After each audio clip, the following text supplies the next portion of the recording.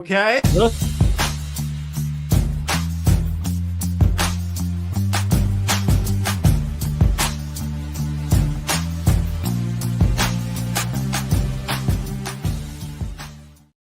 And we're back here once again with another episode of the MSK Show, and this is going to be episode 512. So I hope you guys have a great day, and I hope you guys have a great rest of your week that is ahead of you. And in this episode of the MSK Show, we aren't really going to have a super dedicated format of like how we normally would just like transition into a topic, because most people know how the show format actually goes.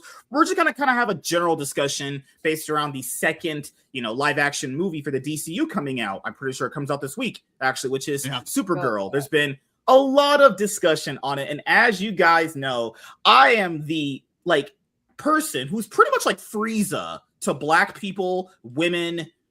That's pretty much like everybody, honestly. I'm like Frieza to women with their opinions. I just Frieza racist? Would he not be? Well, Frieza was fucking racist. I'll give you that. Frieza was absolutely racist. Does Frieza live his life vicariously like you do? No. I never lived my life vicariously. I've had sex with plenty of women, actually. No. He's even more like Frieza, because Frieza never actually had the desire to be with women. So there you go. Yeah, exactly. To be fair, he once told me on the show. We've never seen any females of his species. We saw him, King Cold, and his brother. There don't seem to be any females walking around. Well, remember, he had said on a previous show that he enjoyed being pressed up against sweaty men. No, what I said is that I had a preference of talking to men in conversation. You had a preference of talking to sweaty men in bars? I had a preference of talking to men because I enjoyed conversations with men more. Like, what's crazy? Enjoy having conversations with sweaty dudes. All right. I love talking to men. It's always a good, fun time talking to dudes. Always fun. Yeah, of course it is. I actually am someone who I listen to a lot of women conversations. That's how I know most of their patterns. But as I always like to clarify, it's not all women. It's mostly just like some of the more average retards out there. Jared, you're making me look bad in front of the woman here. You gotta make me look good. You're supposed to be on my side. Whose side are you on? I'm on the side of women against you. I actually have a girl, so screw you. Being on the side of women is an automatic L. I'll never do that. If a girl's like, you side with me, depends on what. It depends. You got, and that right there is why I never believe you're married, brother. What do you mean? Thanks for answering that question in one sentence. Okay. All right. So, because people always say you don't have any experience with women. I literally just had one. Oh my god, it was like a week ago. So, that older lady I was telling you guys about? No. Okay. So here we go, bro. Okay. Oh, it's not proper etiquette. We'll do intros first. I can't make everything about myself all the time. Nothing on this show is proper etiquette. Well, I was about to say. I'm like, wait a minute. That implies there has been etiquette on the show. We're off and running tonight.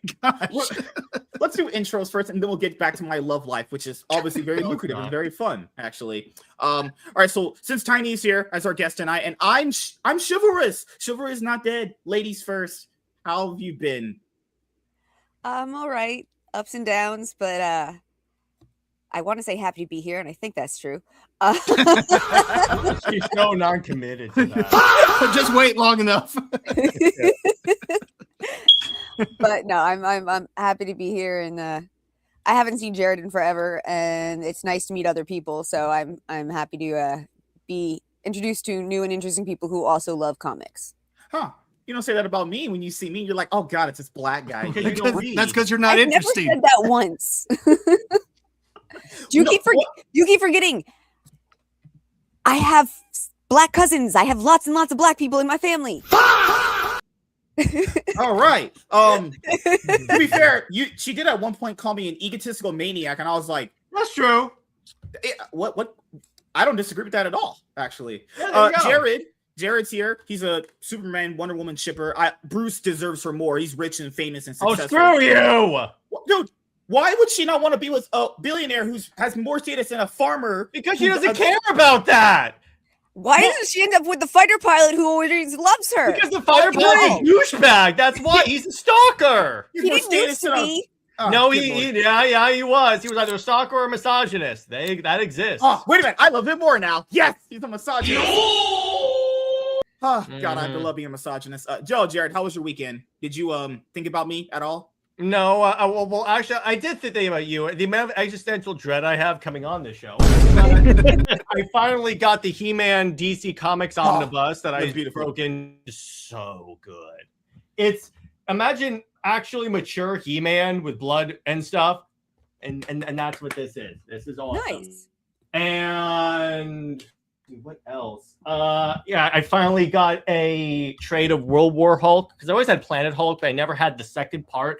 And I'm like, you gotta read both. But the World War Hulk omnibus isn't that like no. The trade I didn't get. I was like, that's a lot of money. I have the trade for World War Hulk, but I needed the other one because it's like when you read both back to back, that completes the experience. That and I've been playing a metric crap ton of Gears of War. Okay. Awesome. Hell yeah. Well, as you guys know, when it comes to like collected editions, well, let's see. Oh, good lord. Well, speaking of I know Tiny likes One Piece. One Piece's newest omnibus came out. I think covers volumes 106 through 108. Good lord. I don't know how far that manga. The manga should be on chapter 1128 as of like next week coming up. Fucking insane. It's like it's still not over. Is it ever gonna end? No, I consider this is 1138. That's crazy. Oh my That's God. even worse. It's almost definitely, or 36. It's definitely in the 30s. I'm pretty sure it's definitely in the 30s. You know what's crazy is when he said this shit was almost halfway over. That was 10 years ago. Okay, when he started, it was going to end after Skypiea.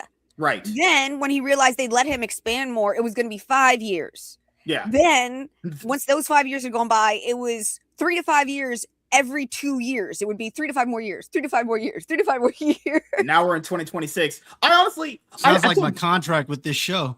Oh my god. God. But it's so good, and I don't want it to end. I don't think he can end it.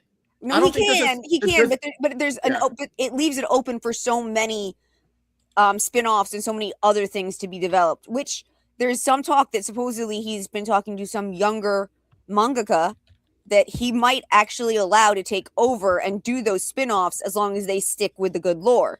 Because he promised his wife, once it finally ended, he was going to take her around the world and spend time with his 2 daughters, which he doesn't think he can do much. I can relate to that. No, you can't. Good lord. Wait a minute. You don't think He also makes himself sick. Dude sends him in the hospital multiple times. He gets 3 hours of sleep a night. I mean, I want him to be healthy and I want him to spend time with the family, but I love the story so much. I just don't think you can satisfactorily end a story like that without people being absolutely angry at the ending. It's just that's one of the reasons why he does all the stuff he does with the SBSs, including like the good storyline and the evil storyline and where these people would end up in if they were when they're 40, where will they end up when they're 60? Like those are things to help people get over the fact that no, it's not going to go on. We're not going to see them age out. We're going to see the great battle, and then that's it. We can't have them age out because if they're aging out, that means I'm old now. Bob, you're here. You're our resident DEI Hispanic. Wait, do you prefer tacos or burritos? If you had to choose between one and two, It depends. I think burritos. I would usually say burritos. Those things are always pretty good. You can't really ever go wrong with a burrito. It depends. Give me enchiladas over either one of those any day. Okay. I need good enchiladas made for me. I usually always have those garbage ones that come out of the box frozen. Those things are terrible. Good Lord. Yeah, those would be terrible. Yeah, frozen Mexican food. I don't even have to see them to know that they're terrible. I will say this one good thing about Southern California. You can get a lot of good Mexican food. That is true. That's true. The best place to go for Mexican food is a hole in the wall. What movie did you see this weekend? Because I know Supergirl was out this week. Yeah, right? I went to see Toy Story 5. Did you like that one? Actually, I did. I know I saw a lot of people hating on it. I didn't think it was that bad. It can't be as worse as Toy Story 4. There's no way. You know what? I didn't completely hate Toy Story 4 either. I'm not saying it was good. Come on. No, hold on. I didn't say it was good. Like if I had to rate it as opposed to the first 3, like the first 3, I'd give a 9 out of 10. For sure. Probably the third one, probably a 9.5 out of 10. Yeah, third one is so good. The fourth one, I'd probably give a 5.5, a 6 out of 10, and this one I'd probably give about a 7 out of 10. I enjoyed it more than the last one. I actually liked the inclusion of technology and this idea of kids being stuck and glued to their screens, and the importance of needing to make a connection with other human beings and still having that creativity. So I liked that storyline. I know a lot of people were mad about Buzz and Woody being sidelined, but to be fair, that was set up in Toy Story 4. I mean, he literally took his star off and pinned it onto Jessie. And to top it off, the main kid is Bonnie. It's not Andy anymore. She's going to have a different favorite toy. So someone else is going to be featured. One of the things I kept hearing about was that supposedly, like, not just Jessie, but also the Bo Peep or whatever, like that they were like running the shit and telling the men what to do. And I'm like, well, if you got a girl playing with the toys, that might just happen. That's exactly what I was thinking, because that's the only thing for that but also there's an irony of Disney making a movie they expect kids to sit down and watch over and over and over again about not being glued to screen. Yeah, exactly. There's something really off about that. There's a lot of irony in there. Yep. And I think they were still selling the lily pad toy too. So, but overall, I didn't think it was too bad. Again, I didn't hate it like a lot of the others did. It doesn't meet the criteria of the original 3 that were just really golden. But it's not as horrible as some people seem to think. In your opinion. Yeah, exactly. I still think it's good for kids. It to can't be fair. It can't be as bad as 4. Like the kids in the theater I was in, they were glued to it. So, I mean, take it for what it's worth. As long as they keep making money, they're going to keep spitting these things out. Yeah. I was saying, it can't, there's this, like, if it was to be, because I'll have to watch it later on, because I do like the Toy Story movies. I think that's also one of the best trilogies they made in, like, Hollywood, actually, next to, like, the Star Wars and Lord of the Rings ones. God, man, that third one is so damn good. There's just no way it could be worse than the fourth. That fourth one is pretty bad by what they were doing. It was like, wow, what is going on here? You could tell, like, maybe, I don't know, sometimes when those kind of movies like that happen, where it's such a drastic change between the other ones, creatives have to have gotten swapped out. Like, they have to have changed a writer or a producer somewhere along the way. Oh, yeah, they changed a lot of stuff, actually. But, you know, another problem with some of these films is that they have to follow its predecessor. Toy Story 3 was so good and such, I mean, it tied everything up in a nice bow. To follow that, you were going to you were going to lay an egg no matter what, because you couldn't follow one degree or another.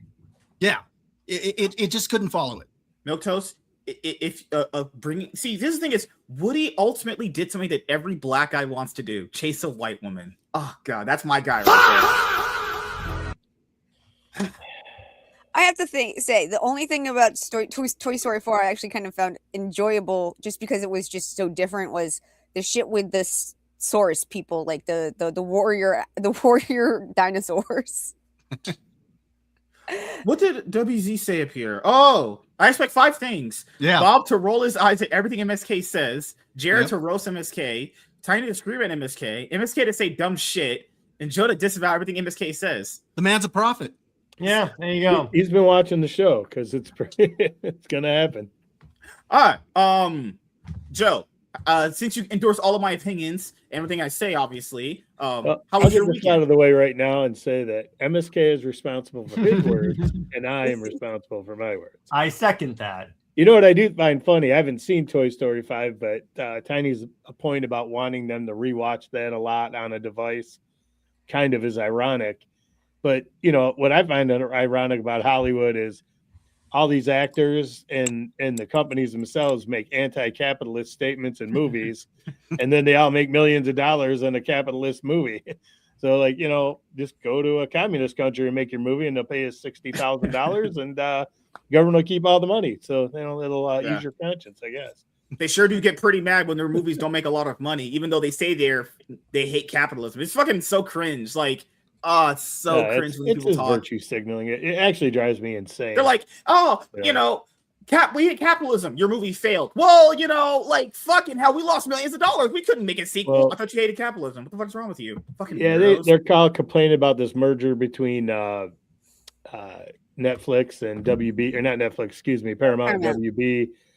And I'd love to interview one of these actors who signed a petition and say, well, will you go on the record now and guarantee you'll never work for either one of those studios again, ever? Oh, yeah. The first or Disney, because they bought up Fox and, you know, Pixar and all these other people. So why don't, you know, are you going to disavow working for any of these mega corps right now and not take their big fat checks? And every one of them will tell you, oh, well, I can't say that, because they're all hypocrites. So. Also, I'm sorry, if you get paid multi-millions of dollars, let alone tens of millions of dollars to do something, I don't give two shits what the fuck you have to tell me on politics. because you live in a different world than me, and I just don't fucking care. Oh, Well, and you know what's crazy is the opposite is also true. Like a lot of people don't actually understand that if they went up to Elon Musk, who became like the first trillionaire ever, I think it was last week or this week we were doing the show.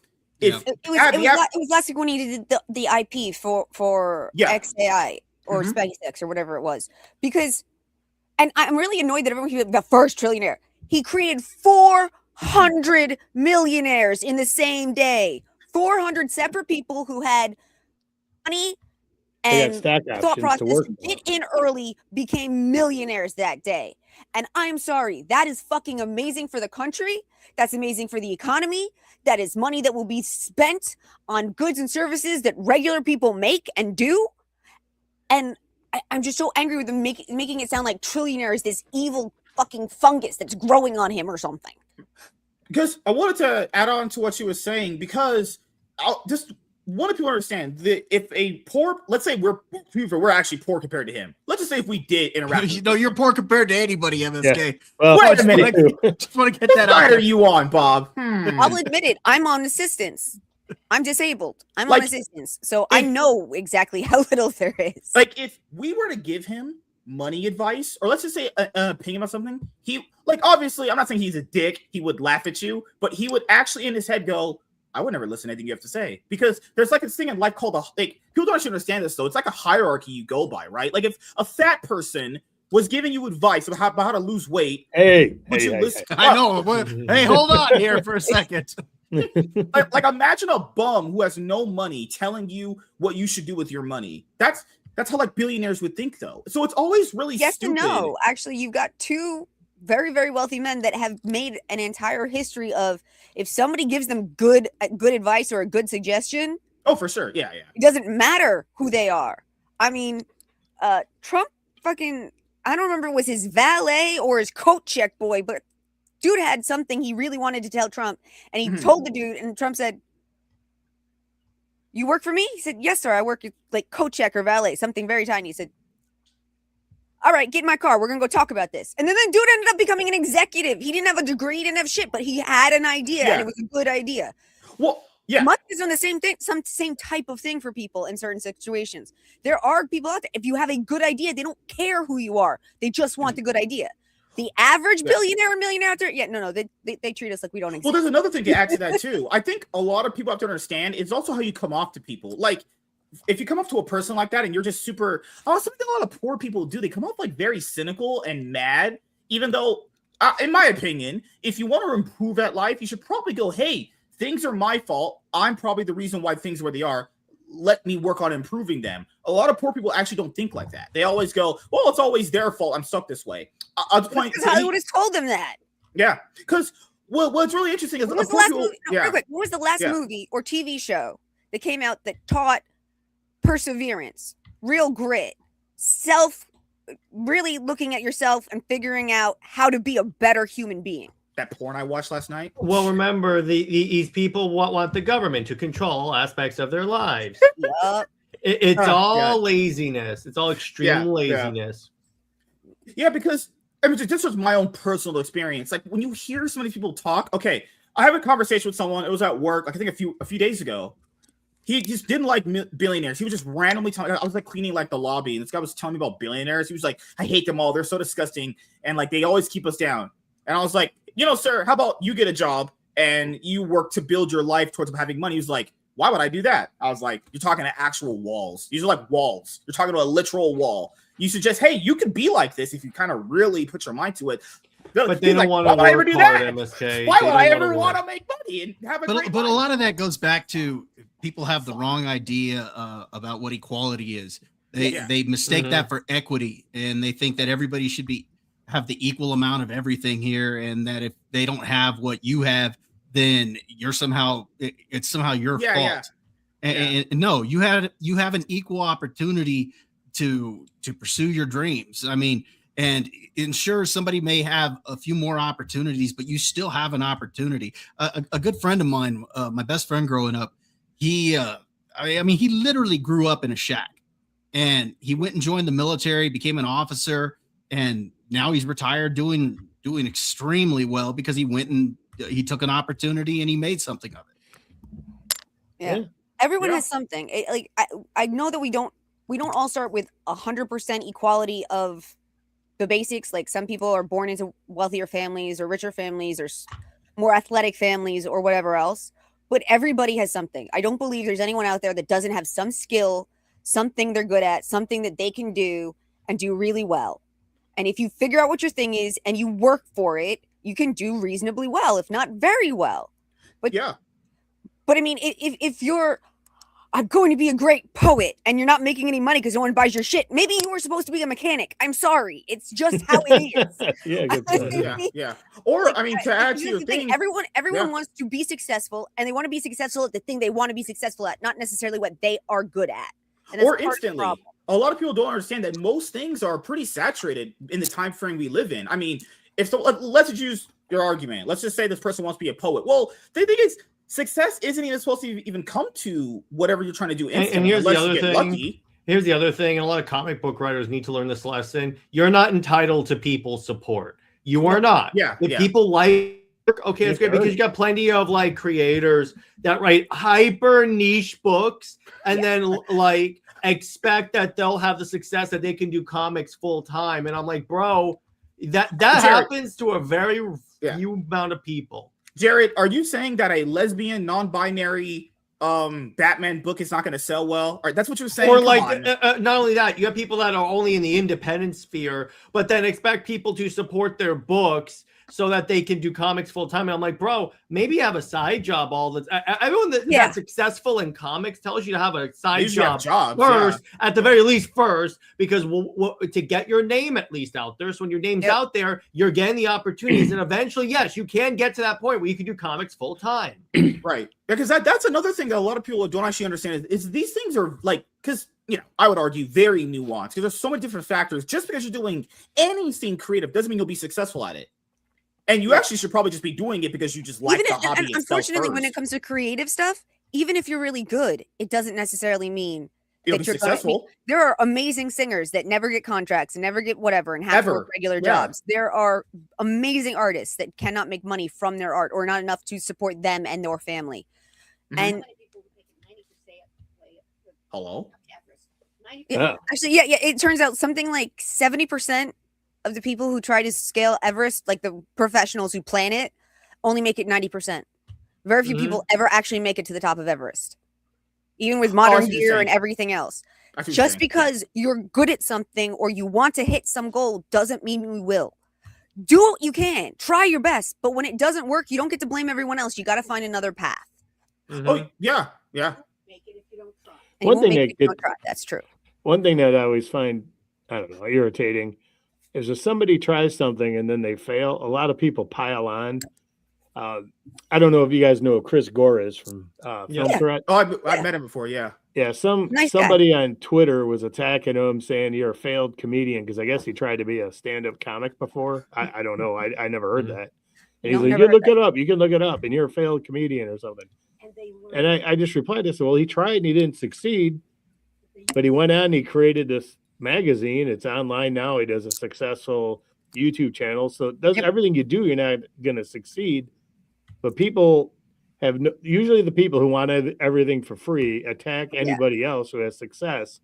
And what they do is they look for the one or two things they can attack him for.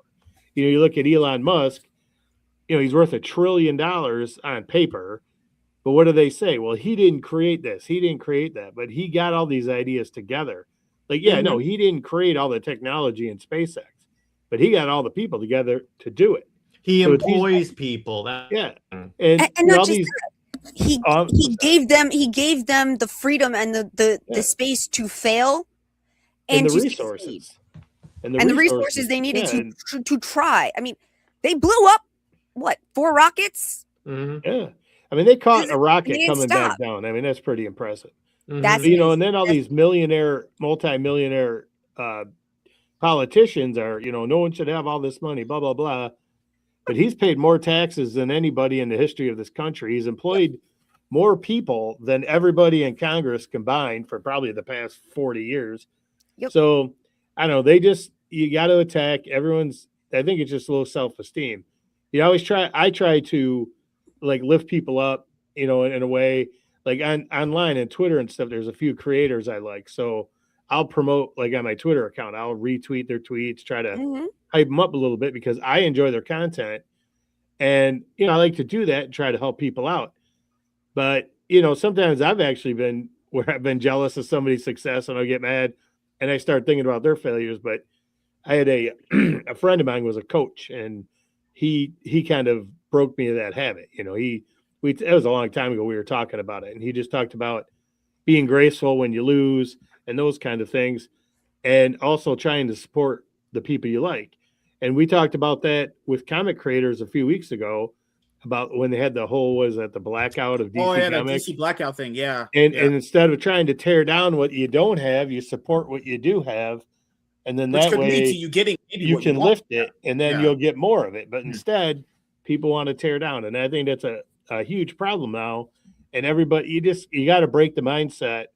And if you're a creator or you're a comic book artist, well, they're creators too, but if you're creating comic books, YouTube videos, anything, you got to be able to tune out the noise. And I was a reporter for, a long time. And you wouldn't believe the emails I got calling me all kinds of names and telling me I can't write for a damn. Just to add to your thing. If people know from my Twitter account, I've been very critical of Carmelo Anthony because obviously he's a, dirty, stinky animal. This is what I got. This is what this person told me. This person told me I was this.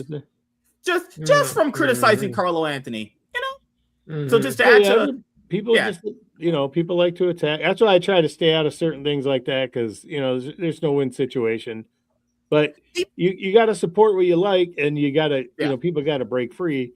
But you go online, like I said, say you create something, MSK, you make a forum video, you do a long breakdown, you put it out there, you promote it on social media. You're calling me a genius because I am. And people are going to attack you, and they won't even see it. And they go, "Well, this sucks. You're terrible. You got to get out of it." I don't know. I just think we need to get out of that mode as a people, but it's never going to happen because these people have low self-esteem, and like Bob said, they want equity instead of equality. So because you might have something they don't, they feel they're owed. And that's avarice and jealousy used to be at least people we would at least pretend they were part of the 7 sins. Like it used to. I mean, I'm not saying that there hasn't been plenty of avarice and jealousy throughout human history, but we used to have TV shows and cartoons and things that were like, it's not good to be jealous of other people. It's Thou shalt not covet thy neighbor's goods. Seriously, right. like it used to be something that we tried to teach out of ourselves as much as possible. And it feels like the last 20 years or more, it's been all about pushing avarice on people. If someone has more than you, that means they're bad. If someone has had a life better than you, that means they cheated. Or they're keeping you from having what you want. Like that's been pushed into us so much. It's insane. Yeah. Exactly right. And we have politicians.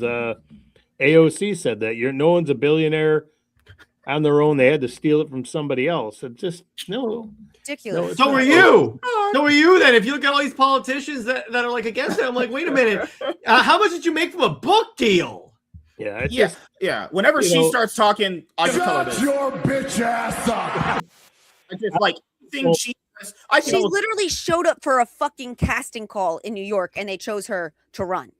Literally. She had no experience, no desire, nothing. She showed up for a fucking casting call that the Democrats were holding, and it was a legitimate put through casting freaking agencies. But when it comes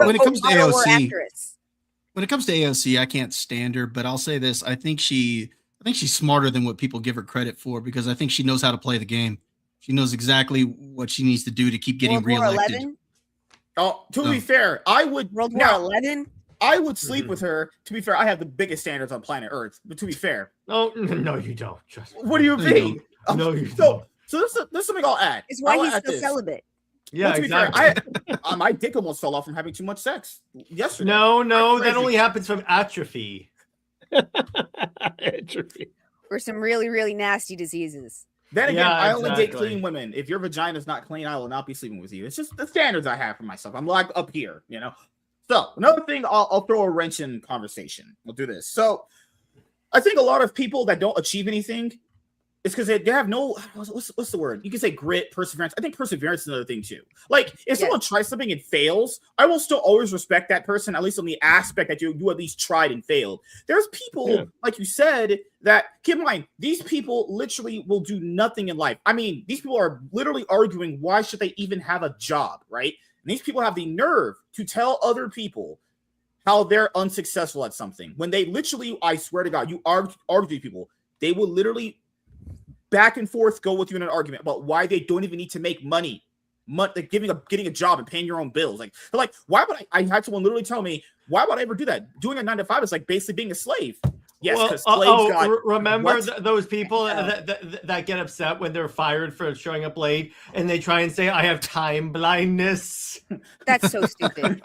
I am late for almost everything. I will admit, I am late for almost everything. If something is important like my job, I schedule ahead of time, put fucking alarms ahead of time so that I'm not late. Right. Like you brought up Elon Musk. Okay, so when people always blame certain people, what billionaire in this world stopped, not you guys, but like what billionaire in this world stopped you unsuccessful couch-dwelling loser sitting, and mostly it's guys. A lot of guys are like this. What billionaire stopped you from being a loser? Not getting that girl you want, not getting that car you want, not getting that job. Who stopped you? Who exactly stopped you from? It's because people, like Bob said, most people are just fucking lazy. They want handouts without having to do any of the hard work meant for it. Yeah, and people's crazy. A lot of the new generation have this too. They don't. They somehow think that struggling is bad. You're gonna struggle in life. I'm sorry, guys. But no one should be. It's like when people argue like abortion, and they argue things like, "But I don't want that baby to suffer, and they'll go through turmoil." Everyone in life, every single day, goes through something like that. If you can't even go through that, might as well just not even live. Just stay in your house and just don't do shit. Doom scroll on Twitter. Maury. You know, you could go on Maury. He would take you. Now, would he take me for all the women I've slept with? I don't know. You know, and oh my God. But it's just, what are these things? Like, that's the main crux of it. These people have no perseverance or don't want to achieve anything. And then they just don't even want to basically have anything where they going through struggle. It's like, you're going to struggle in life. Like, that's just unavoidable. You can't avoid. That's just life. Yeah, like if you want to, like we struggle every Monday night. I mean, it's just. Oh my God! Yeah, look at us. We struggle all the time to show up to this show because we know we got to deal with this little guy right now. But but given the fact that I'm a genius and I have a 200 IQ and I've just maxed out on, I'm like downloading information at a rate that no human could understand. What MSK thinks his IQ says 200, but what you don't realize is that there was a dot between the two zeros, so it's actually a 20 IQ. Dude, my brain is advanced way past normal human capabilities. I'm just a super. Dude, if they added your body temperature and your IQ, it wouldn't total 100. Yes, in the future it could be. You know, or you'll see people. It wouldn't even add up to 50. Or like when people point out. Are we saying his temperature in Celsius now? Yeah. Wait a minute. Women have measured my dick size in you know. Oh God. Yeah, and they've all laughed at you. The pain on Bob's face. Oh, I love how it transitions into that. God. Oh, tiny. No matter what we're talking about. Have you seen the YouTube channel called Posting MSK? You should greatest all that is propaganda. I was in one of those videos. Yeah, those are so good. All propaganda. Just point it right now. One of these has got to be on it. No. So I can't handle the Bob's face. That I watch it like 5 times, and the expression on Bob's face. Yeah, I laugh every time I watch it. That's a really good one. When I saw that video, they sent it to me. I was like, oh my God, that's good. But God. I'm sorry. I was just going to say, when Tiny brought up how we don't have these movies that we can like characters stuff to aspire to, kind of reminds me of the Supergirl. How Millie Alcock is saying, you got to accept her. Story. You got to accept her for the way she is, and she's okay where she's at, or something. Women are okay to be messy, according to James Gunn. But the problem with that is when you see her in the trailer, she's drunk, she's depressed, she's lonely. She's angry.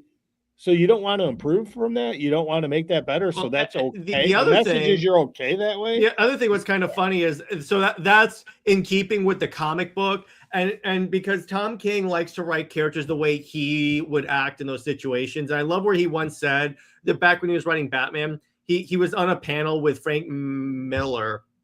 And he said, when I write Batman, I like to put myself into Batman. And then Frank turns to him and goes, women do, not men, normally. Well, Frank turns to him and goes, you're not supposed to do that. You're supposed to write Batman the way Batman would act in these situations. I don't care how you would act. Exactly. Well, the woman who wrote the Supergirl movie said she read the Tom King thing, and she made the movie. I forget how she ignored it. She said she ignored it. Well, she said how she got what she got out of it. She wanted to what it meant to her. She wanted to put on the screen or something. And what's the animated one where it is her coming in? And she shows up after Clark's been here for a while. She's Apocalypse. Yes, Apocalypse. Yeah. When she's so frustrated and she's so angry, and that's then Diana shows up. Diana shows up and takes her to Themyscira. That's what they should have done. That would make sense. That actually made sense. That animated movie made sense. Well, James Gunn is show her being angry and frustrated. Remember, James Gunn. That's fine. You want to say this is a girl who lost her entire culture, her entire species? That's fine. Who remembers it? And by the way, a drunk, angry bitch is not who we need. Well, what you have to realize is that James Gunn is a big Tom King fan, and he loves that book. That's why he's adapting it. All the DCU is just all of his shit that he likes. Oh, Bob, what were we gonna say? No, I wasn't gonna say. Not Bob. Oh my God, Joe. Jesus Christ! But you and Joe look the same. God damn it. What? Other than his beard, his black white one, except the face.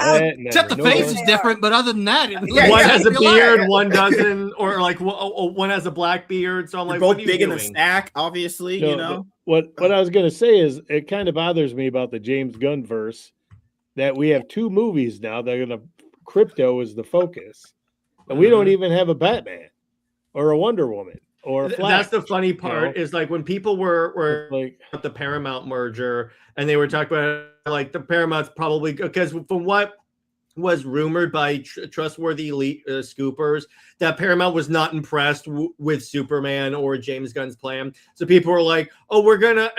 So if they cancel it, that means we'll have a DCU without Wonder Woman or the Justice League or Batman. And I'll go, "Whose fault is that?" That's Gunn doing freaking Creature Commandos. Yeah, well, I'm sorry. Since James Gunn was never, ever, ever the right person to do Justice League or the DC characters. Not to run a universe. They should. I mean, he could have done a good job, I think, if you wanted to do a space adventure with Supergirl or the Green Lanterns, because that's like his wheelhouse. Possibly. But him in charge of a whole studio is ridiculous. No, it's awful. Everything's James Gunnified. It's we got a million jokes, and my mom doesn't know anything about comics. She barely watches any of these things, but she did watch the Guardians of the Galaxy movies with me. And the preview for Supergirl comes on. She goes, "Are they making another Guardians of the Galaxy movie?" Yeah, exactly. He only knows how to make one type of movie. That's what she saw. And if you notice something, Supergirl is basically Harcourt from Peacemaker. Yeah, acts exactly the same. They're just drunk and depressed and angry at everybody. Give Harcourt a dog and you got Supergirl. Because James Gunn only knows how to write drunk and depressed people. You know what's crazy? Well, he also made Superman's parents like genocidal dictator wannabes for their son. That's the thing, because it's like, as you guys know, I'm also a fan of Zack Snyder's DC unit. And let me tell you this: if Zack had done that, if everything had been perfect, but Zack had done that one part of like Superman, guess what? The Superman fandom would have like crucified him. But because it's James Gunn, it's okay. Oh no, it's not. Oh no, it's not. Oh no, it is not. No, because you're consistent. But it's like everyone else isn't. Yeah, I'm sorry. No. Like, Tiny, you mentioned what he did. I've watched lots of clips and I've watched dozens of people talking about it, but I refuse to give my money to it. Oh, and Tiny, do you know in the movie? He gave his justification for that. You know what the justification was? He goes, there are certain things that you have to keep with Superman, which is like the suit, the underwear, the spit curl, the Maris to Lois. So I had to figure out how to make this version of Superman mine. That's why. So you destroyed his parents and the culture he came from? Yes. And then he had the nerve to call this an immigrant story. You know, he did it with his Earth parents too, though. Nobody really caught on that. His Earth parents are from Kansas. They're not from the deep South. Oh, there was a deleted line. There was a deleted line that when Lois talks about Mr. Terrific, Martha Kent refers to him, oh, the black one? Yeah. Oh my God, she's awesome. Oh, good. The way the Earth parents were portrayed, and I'm gonna go get your boot, son. You know, I'm like, no. I mean, why did the Clark speak that way if he grew up around that? Yeah, dude, they weren't even that way in they weren't even that way in Absolute Superman. In Absolute Superman, the arc I just finished reading with Dingistan, his parents weren't like that. They weren't like that at all. They didn't even talk like that in any iteration. In any iteration. There's no iteration that they weren't extremely hardworking, good-hearted, honest, open people. Mm-hmm. Yeah, exactly. Exactly. Like, but Clark, I don't know how to use this phone thingy. What am I doing wrong? My 85-year-old dad can use his phone perfectly, and this. Oh yeah, Joe, just rubbing the fact that you have a dad. Okay, all right. You guys just rubbing the fact that you have dads. All right. My mom hates technology. She cannot make it work, and she can make her phone work. For fuck's sake. So I want to just point out here. So Jared, I do remember that he was in an interview, and I was like, so this is the thing. I'm not the hugest fan of Man of Steel, but a lot of people did criticize Zack Snyder for making Superman different. But James Gunn quite literally just did that for his movie. I'm like, those are the same. He made all of them different. Say what you want. Zack has the best Jor-El of the two. I'm not going to accept any arguments now because guess what? At least Jor-El was like, no, you're going to protect mankind. You're going to maybe be the bridge between our two peoples. Not you're going to form a harem. No, to be fair. No. I'm sending you to Earth because you will be more powerful than them and you will be safe. But do not become an evil person. Do not become a conqueror. Be a protector. That is how you keep your soul pure. Well, Tiny, that's the Krypton origin. In the My Adventures with Superman animated show, the Kryptonians were conquerors. You actually watched that? Man, I saw that. I watched the first season, and I'm like, no. He had just defeated Zod. He was not going to tell his son to go become another fucking Zod. Well, these idiots watch like Invincible and think the Viltrumites, oh, just do that. Okay, fine. And I'm like, what? No. Hey, I will say this. Jor-El saw women on Earth and went, nah, don't marry them. Actually, just murder them all. Based. And the only reason why he overemphasized, like, let's say, like crypto is because he has a dog that's like crypto. Again, all of this is look at me. It's a James Gunn wank fest. That's what it is. Seriously, I'm sorry. That dog was also not crypto.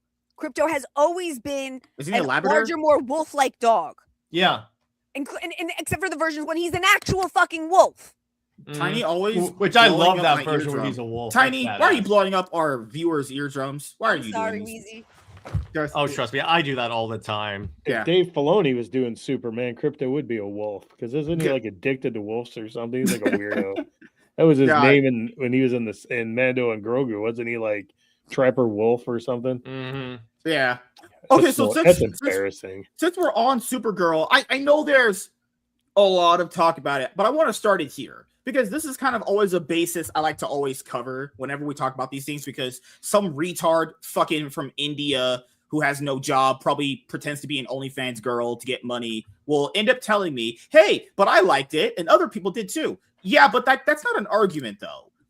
Because I would expect that though. There's people out there, guys, that probably like The Last Jedi, and that movie's pretty fucking bad. People out there that probably like Catwoman. That movie's awful. Nobody is implying because I don't know. Some people dislike something. That means that there's nobody that likes it.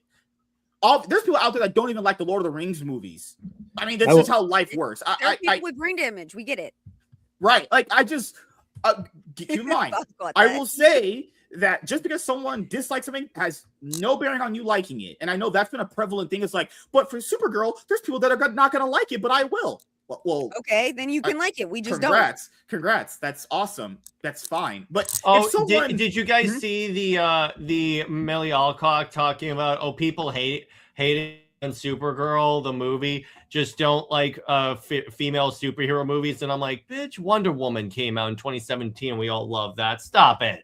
Oh god, yeah. That's such a tired. They don't like women. Shut up. I'm so sick of hearing that. Fucking hell. Yeah, because by the way, MSK like women who are written badly. MSK, no Halle Berry slander on my watch, man. Catwoman is terrible. Catwoman is terrible. 10 out of 10 for one reason. Halle Berry and leather. That Looks automatically makes it a 10. So just I'm just saying, I'm not into black girls. Bang. Not my thing. All right, to be fair, she's actually a really talented actress. I'm not into her looks wise, but she's very talented. I'm surprised she's had more roles, honestly. That's just my personal opinion. Dude, you're talking about brain dead. Oh my gosh, you're not into her looks. Hey, Joe, if you like Planet, Joe, if you like Planet of the Apes movies, more power to you. I don't. The one good thing that might happen with Supergirl, the one good thing is I have been waiting for Jason Momoa to be able to play Lobo. So I'm excited to see how that goes. Unfortunately, then they literally can't make anything. Unfortunately, this will probably be the only time he plays Lobo, because if this movie doesn't do well, I can't see them continuing on with the DCU, or at least the DCU when they're done. At least until 2027. Be able to pull that character out very well. Mm-hmm. All right, give me a sec, because I wanted to have us go over this a little bit, because like Nerdrotic had most of that shit in his video. Obviously, I've met this guy, so obviously I'm not gonna do anything bad. Hey, Gary, if you want to give me a lot of money for being like good looking and rich and successful, I'll take it from the white man. Apparently. But there are people who said he likes Supergirl, so I'm like, wait a minute, no. I mean, I would highly doubt that. Based off talking to him and knowing his taste, there's probably not. Just if I had to bet all the money I have in my savings account, I would say no. If I had to bet Sydney Sweeney bouncing on my dick right after this show ends and us having sex, which I'm sure it's not happening. Yeah. Wait a minute. That's a safe bet. Ever. Well, I'm just pointing out. Why would she not be attracted to me? I'm successful, rich, good looking. Have you looked in a mirror? Yes. It doesn't shatter at all. Oh, I mean, taste. Appreciation for nice things, quality. Just I'm 5'9". She's tall. I'm tall, right? No. Oh my god. All right. Well, just let me know if you guys hear this, because sometimes on StreamYard it doesn't put the audio in. Hey everybody, I see it. I see it. Okay, good. Yeah, because sometimes when I do it, it doesn't go. Okay. All right, let's go. Because I know Bob has to leave in like 30 minutes. We kind of have to EFAP this rather quickly. James Gunn. I'm the co-CEO of James Gunn Studios. Wow. That's already. I love this video. This is great. Wow. So Peter and I, along with a group of very talented writers. Anna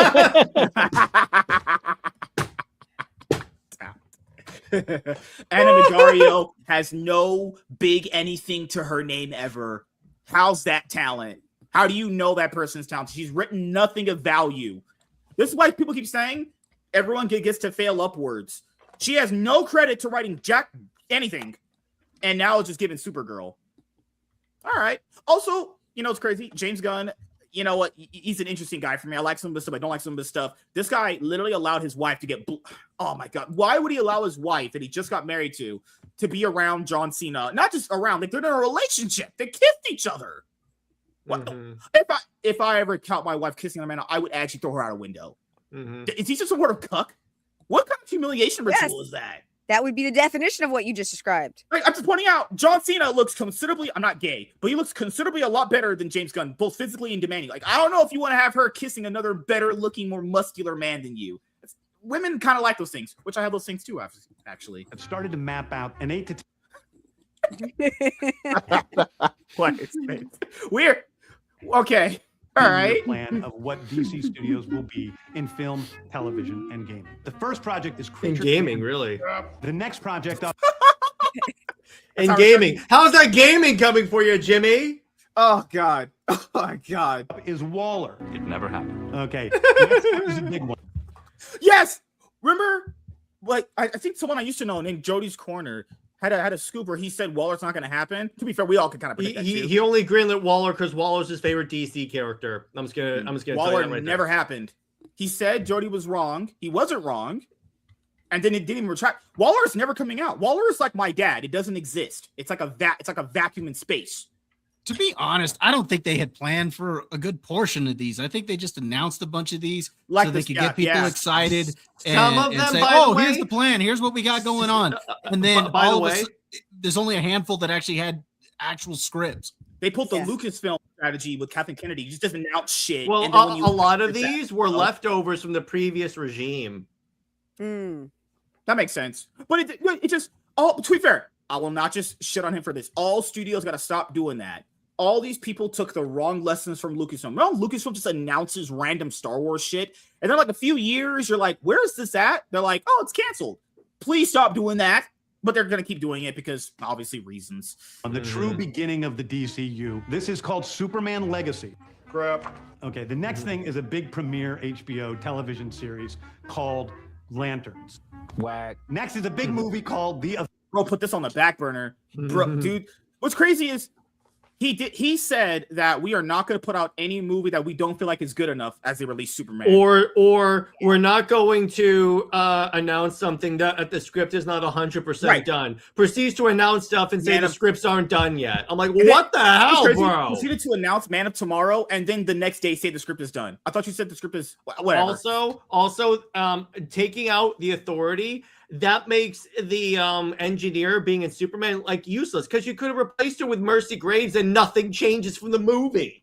Authority. It never happened. We're doing a television series called Paradise Lost. It's an urban legend that never happened. Shit, fuck. He said that was an extreme development a few weeks ago when we did the video. What's extreme development? I don't even know what that even means. I think extreme developments. I think that lingo means, I mean, like we might be working on it, maybe. Production of the DCU's Batman is The Brave and the Bold. Not this time. No. It never happened. Next up is a TV series called Booster Gold. Yeah, one of my favorite comic book series. One of the least liked unaccepted heroes in all of DC Comics. Wait for it. Bro, I don't actually have anything against Booster Gold, but the amount of people I've seen who hate Booster Gold are quite a lot. Keep going. Keep going. He's run on Supergirl, Woman of Tomorrow. And so we're going to turn that. That wasn't a run. That was a graphic novel. So also, it was a borderline miniseries. It was a miniseries that was a ripoff of True Grit. That's what it was. Yeah. Booster Gold without Blue Beetle. Yep. Yeah. Yeah. Booster Gold is really known now for Blue and Gold, not for his own series. Oh, and looking back now, Batman's first actual appearance in this universe was in the end-credit scene of Creature Commandos in an art silhouette. That's Batman's first actual appearance. Batman, the biggest character in comics ever, probably. Because James Gunn only cares about characters of DC. He said it himself. Old strategy, Cotton. Let's see if it pays off for him. Dirterotic.com. That wasn't a strategy with. They just started throwing darts at the wall and started seeing what sticks. Greetings, you over 1 million Hellions and the 40% who haven't subscribed yet, as we approach what looks to be a grim opening box office weekend for Super. Okay, so people have also mentioned how she looks. I'll be honest here, out of all the Supergirl actresses we've ever had, she does kind of look the worst. Like we've had way better. Laura Vandervoort from Smallville looks better. The original lady, I forget her name all the time. Ellen Slater. She was Slater. Oh my gosh, she was so pretty. But the CW one was the best. From a visual perspective, she was the best Supergirl. Right? Like, I know people say she's from House of Dragon, but I don't fucking watch. If you watch Game of Thrones, you're probably gay anyway. Supergirl. It's not Game of Thrones. Actually, I thought the girl who played her on the CW show looked pretty good in the role. Oh, yeah, I didn't like the show, but I thought she was fine. Yeah, she was fine. Yeah, like she doesn't. I mean, I wouldn't say she's in. When people say she's ugly, I don't know about that. No, she's not ugly. But the thing is, people saying that she could play Supergirl because she was in House of the Dragon. What about House of the Dragon ever communicated Supergirl? Nothing, especially not her character. Exactly. But I mean, Supergirl's always normally portrayed as somewhat younger feeling and somewhat more innocent in certain ways. Like she understands her own culture more than Clark because she was 16 when she left it. But there's always been a bit of a softness or an innocence to Supergirl. And then there's all the times in both a couple of the comics, but mostly in animation, where they have her against either Galatea or Power Girl, and like she's so jealous of Power Girl's shape. Or like when she gets a Red Lantern ring. By the way, fun fact: this movie is now projected to open at 39 million. Yeah, I will say this because WZ. Yeah, to be fair, attacking her looks makes. I mean, I've seen. I'll be honest here. I've seen way worse looking women than this in bigger roles. I think she looks completely fine. Like I would probably just. She would love being around me because I tell her all that. I don't have a problem with her look. I actually like the way she looks in the suit. So I don't have any issues with that. I'm just worried about the movie. I'm hoping for the best. I'm going to give it a shot. I'm always fair with everything that I watch. I just don't have a lot of faith in this. But if I'm wrong, I will be happy to admit that I'm wrong. Me too. Well, she also doesn't feel like she's 16 in any way, shape, or form. Who's gone? TCU was not. Also, Tiny, here's a funny point that James Gunn has never addressed. Okay, so if Clark's parents were like xenophobic, like conquerors, how come Kara never told him? Yeah. Yeah, She was there, and then actually someone did bring that up, and he goes, "Well, you're implying that every Kryptonian was the same." So I'm like, "So you singled out Jor-El as the one that wanted him to like conquer Jor-El, the Earth? the one who fought against Zod, who protected his planet, who wanted everyone to escape what was going to happen to it." Right. Now, the only way his brother, but his brother in Argo City, he was a different type of Kryptonian. He was a good Kryptonian. And they could do that. That's so dumb. I can't even see straight. Well, I don't know. They could do that because not everybody's the same. They're not monolithic, but she never told him. That's the only way around that is if they somehow have Argo City removed when she's a very small child and she grows up on Argo City, because she wouldn't really know her uncle's a homicidal maniac. No, but if she was like 3, when she last saw him. Argo City. They went to Argo City to escape the genocidal maniac that is her uncle? Joe, Argo said he was not always separated from Krypton. There was enough of a time where she could have said, "Hey, Cal, I know about your parents, and they were not good people." Well, I know, maybe you don't want to keep going into the crystals and looking for their advice. I'll tell you everything you need to know about Krypton and Krypton culture, but don't listen to your parents. They were on the edge at the end there. She could have said anything like that if that was true. Well, my point was, if she got separated from the actual Krypton, the city, while she was very young, like 3 or 4 years old, she wouldn't necessarily know that her uncle was a scumbag. And her parents probably wouldn't say, "Well, you got this uncle back on Krypton who likes, wants his son to go out and conquer planets or something," or they wouldn't even know. No, Clara would know because she was like a teenager / adult on Krypton. But I'm just saying the only way around it in the movie is if they move her off the planet when she's really young. Then she wouldn't know that her uncle was her uncle and aunt were homicidal, fascists. Here's a solution. So, not have Supergirl be pre-existing in this universe. Have her show up later. Then this makes sense. Jared, that would require them actually having planning. Exactly. Or not have Kal-El and Lara be totally insane morons. So that would have them actually be decent people. So that'd be kind of cool. Shall we? James Gunn's first public act as the co-CEO of the newly founded DC Studios was to tell Henry Cavill he's not playing Superman anymore. And it was the best Superman of all time. The best thing he's ever did is do that. That guy is a plank of wood when he comes to acting. Didn't help is after he took over. I know you're saying that just to get me riled up, so I will do something. I'm not. I love Henry Cavill as Superman. He's very much simpatico. I couldn't give 2 shits about that guy's acting. His acting is awful. It was only good in Mission Impossible. Watch the video, douchebag. More evidence that you know nothing of acting. Hey, I'm just pointing out, Jared Leto's the best actor of all time. I'm obviously joking. Black Adam, Shazam, Fury of the Gods, The Flash, James Gunn. Oh, it's just funny. Look at, man, this company sucks. Look at all them shits. Black Adam, fucking hell, that's already not good. Remember the Suicide I actually didn't Squad? hate Black Adam as much as most people did. I didn't love it, but I didn't hate it the way so many people did. Yeah, remember when the Suicide Squad bombed and it actually prompted a Hollywood Reporter article that says Suicide Squad creates a new $100 million loser club? That's yeah, Black Adam. Well, it's just like Flash, I'm sorry, but the very that credit scene with Henry Cavill in the right suit, with the bright colors, with the right hair, and that smile at the end of Black Adam was fucking amazing. It's 30 seconds and it's fucking amazing. And I'm sorry, Flash dropped because the script was bad and everyone hated Ezra. I'm sorry, most of the stuff that you're going to talk about, it was bad scripting, and a lot of it was Shazam bomb because you announced it's going to be rebooted. They actually announced the current universe. But to be fair, people already weren't supporting this universe. You can tell by the box office numbers anyway. Yeah, but you don't say that when you have movies coming out. Yeah. Oh, it's just so funny how this company keeps producing bad movies. Like Flash isn't good. Black Adam is, I wouldn't say it's truly awful. It's just really forgettable. There's nothing really truly memorable it's just about an average movie. Yeah. Shazam 2 wasn't good at all. Shazam 2 was just another thing. It's just, I love the first Shazam movie, but that second one is like, well, they sure weren't trying to make anything good here. Favorite superhero film? A fantastic movie that.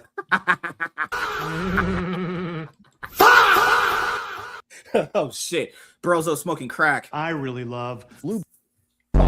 Bro, oh God, James, please. Remember when he said that Blue Beetle is the first DCU character, but the first DCU movie is Superman? I'm like, what? Remember when Warner Brothers said the reason why Blue Beetle failed was because they said the weather was too harsh for people to get to the theater? All over the world, it was terrible weather that day. Yeah, hurricanes were everywhere, and just 12 feet of snow in Florida. I mean, it was COVID. Beetle, Aquaman and the Lost Kingdom, and Joker. Oh yeah, fucking hell. Aquaman 2 sucked. Oh, Joker 2 is trash. That movie sucks so bad. Joker 2 sucked. I didn't even see it because I knew it was gonna be. Don't see it. Crap. This has the worst sex scene in movie history. Like this, I've never seen a guy have sex like that. And I have a lot of sex, as you guys can tell, obviously, but nobody has sex like that. And yeah, that's what I wanted to do. What she's doing in that scene right there, I wanted to do that when I was watching. Well, what you actually saw is that the sex scene in Joker Foley Ducks is an accurate recreation of MSK sex life. I'm just pointing out, you do not stroke like that in women, and women do not act like that during sex. Like, it's just not a real thing. Also, I thought she was going to portray a good Harley Quinn. Well, I was wrong about that. So I'm usually never wrong, ever. But, man, she... Oh, you don't like Lee? What the fuck? I'm so That's glad her name, Lee. Yeah. Lee. You know how they did with Patience Phillips and Catwoman? Her name is just Lee Quinn something. I think it's Quintal. Lee Quintal or whatever. So gay. Who made this pile of shit? And like, what's crazy? People are actually asking why no one. It's not actually. Oh, never mind. I'm done. It's always a wonder why people go. Why don't people trust DC movies with Warner Brothers? There's a streak here: Black Adam, Shazam 2, Flash, Blue Beetle, Aquaman 2, Joker 2. That's 6 movies right there. And all I wouldn't say quality. They belong in the trash. Well, Joker 2 was just because they were pissed off that the wrong people liked Joker in the first place. So they wanted to own the chuds, so to speak. Joker 2. I remember when they were all worried that all these white boys were going to cause all this violence at the theaters, and they were all worried that it was going to, all these incel uprisings. And it's like, yeah, that's, a bunch of nerdy white dudes. Ever come to pass? No. Oh, God, just... Thank God this movie. Oh, because I didn't even hate the first Joker movie. I thought it was all right. There's a lot of cool ideas there. Yeah, but Emily, I agree.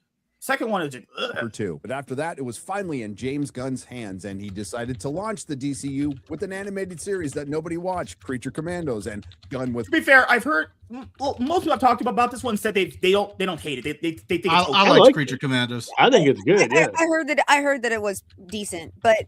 That's a James Gunn project. All it is, it's literally the Suicide Squad, but he couldn't do Suicide Squad because in Peacemaker he shut it down. Yeah, because it's monsters and it's James Gunn's wheelhouse. It's a bunch of oddballs that come together as found family and they do crazy. That's what he should. That's what he should be creating. He shouldn't have been anywhere near Superman. Creature Commandos is exactly what he should have been doing. The worst. But we already have a problem because that's not where the DCU starts. Where does it start and what is canon? Well, I have no idea, and neither does James Gunn. A lot of people are wondering what's canon in the new DC. As far as I can tell, it's the Suicide Squad and Peacemaker. Is that true? Like, what can you guys say about that? Well, it's whatever we mention in anything. So I can't tell you any... Listen, it could be Creature. What the fuck? He even said, by the way, that like he'll do a podcast later on to determine. Oh yeah. Remember we did the video? If you need to do a podcast to explain your canon, you screwed up. Bro said we gotta go on a podcast and explain stuff to people. Remember when the movie should do that? By the way, his reasoning for keeping all the actors and Peacemaker was A, because of the contracts, but I'm like, no, and B. The other reason why he kept Peacemaker is because he liked it. Again, that's it. I think as opposed to doing a full reboot, which we all expected it would have done. Guess what? No, he's like, I'm just going to keep what I like. I think the second part is true, but the first part, it's like when he said, "Well, I had to keep them." Yeah, but you still don't have to make it part of the DCEU. Oh, sorry, the new just universe. Conclude it. Just conclude it in MSK. that universe. Yeah, go ahead. MSK. Yeah, sorry, I got to take off. But okay. I got that night dentist calling, so. Oh God, yeah. So, no, I got to take off. I got a prior engagement, but right, buddy, it's good talking to everybody. Joe, Jared's always good talking to you guys. Tiny, it's nice to meet you. Bob. Hope to catch you on here again. MSK, yeah, it's been real. Oh no! Before you go, anything you want to let the people know about before you head out, really quickly? Just tomorrow over on my channel, we'll be doing Dad's Turn to Talk. We'll be talking Toy Story 5. We'll also be ranking our favorite Pixar films. Plus, like always, we'll have a few fun segments and talk some entertainment news. So go and check that out. And don't worry, Bob. Tiny will come back. It's me. I attract women to these shows. Like, what are you talking My about? goat, Josh. Oh. All right, well, it's good talking to you guys. You guys have yourselves a good night. Take care, buddy. Have a good night. Have a good night, dude. See you later, man. Bye. Oh, Oh, God. the ripcord, Bob. Yeah, when he said, like, well, I had to keep them. Yeah, you just concluded in that universe like you did with the other one, and then you just start new. That's all you got to do. Unless the contract specifically said they could have that flexibility, which I doubt, because it's obviously There's always a buyout clause in those things anyway. They could have bought. I don't think they wanted to if pay didn't out the really want actors. They probably have massive salaries to pay out for that shit. Most likely, Those actors? No, I guarantee you it wasn't. Well, I didn't mind them keeping Peacemaker. I thought the show was good. You know, the first season, second season was in. But the problem was they made it in, they had, a lesbian, gay, bisexual sex scenes and you're supposed to go from a kid's movie like Superman to that, and you're like, what? Well, Joe, if he says he's rebooting the universe, everything goes. Well, even if you like it. Universe, I mean, it can be complicated for the fans a little bit, but if you really thought that someone was a perfect Peacemaker or a perfect whatever Blue Beetle or whatever, you can still have them play that person in the new universe. Why does Peacemaker have to be in the new universe? Period. Yeah, it just kind of defeats the purpose of the word reboot. When most people assume a reboot goes, because you kind of start general fresh. audience, when you say reboot, it's everything goes. This isn't like a DC Comics reboot when everyone that's read DC Comics knows to expect that. I think they secretly meant, we kind of meant like comic books wise, like maybe we. Yeah, but and the general audience is just as confused. That's why people keep asking him, "What's canon?" Yeah. Commandos, or it could be Blue Beetle, where the movie doesn't count, but a lot of the characters are going to end up in. Wow. Jesus. Holy shit. Fuck. I'm going to die. Hey, to be fair, I've dated these kind of women. They're insane, actually. Oh, Lord. Future DCU projects. It could be Peacemaker Season 1 because they reshot the ending to that for Peacemaker Season 2, which would connect it to the Suicide Squad. So that could be your starting point. I'll let James Gunn explain it. To be totally sure, everything that's purely canon is Creature Commandos through Superman, through Lanterns,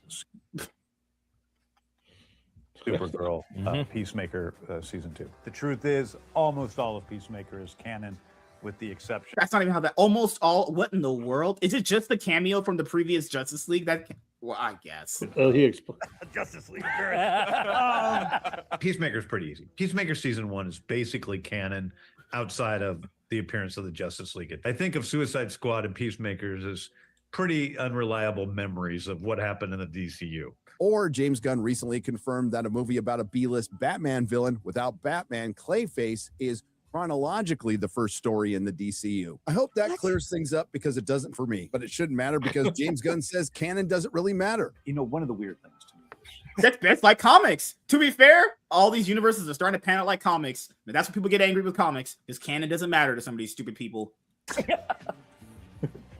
Is it? And none of this is real. It may be alarming to people. Basically, as far as James Gunn is concerned, canon has become way more important than it should be. And his new DC universe is going to reflect that point of view big time. And that became apparent big time with what followed Creature Commandos, starting with Superman's James Gunn, a film that would be best described as a gassed up mid. And there was a lot of people out there doing a lot of mental gymnastics trying to make Superman's performance look better than it was. Like the Access Media asking, is 800 million the new 1 billion? But that's crazy. It actually those are different numbers. It actually made 200 million less than that. That's the crazy part. And fun fact, guess what? So their whole thing, the Gun fans' narrative, as long as it makes more than Man of Steel, it'll be a success. At all. Yeah. And anytime you say you don't, because I just think that movie is just really forgettable and just okay at best. Someone called me a Snyder fan. People are so cringe. If you criticize, if you love, so apparently if you criticize James Gunn, that automatically makes you just love Snyder. And I'm like, well, no, I don't like either one. I've known MSK for many years. At no point did I ever think he was a Snyder fan. It was crazy. I say this as a Snyder fan. Yes. What's really interesting is That's how you know people are that media illiterate. They're literally stupid. If the other person isn't in charge, that must automatically mean you like the other person's stuff because I'm criticizing this person's stuff. That's retarded.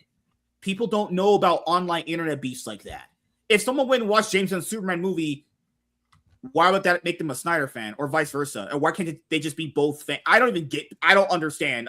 I think most parents should have just aborted their kids, actually. You know? That's what I agree with. Shut up, okay, continue on with the video, sir. People gassing it up the most were everyone from Warner Brothers, and I'm sure it had nothing to do with the sale that was going on behind the scenes since the day Zaslav got there. Following the family film, Superman's James Gunn, everybody was supposed to gather around the couch and watch an HBO Max series, Peacemaker Season 2, featuring a bisexual orgy and starring James Gunn's wife having sex with superheroes. I was... Bro married a hot white lady like that and went, you know what? I'm just gonna give her up to other men. Fuck. She's the village bicycle. What in the world?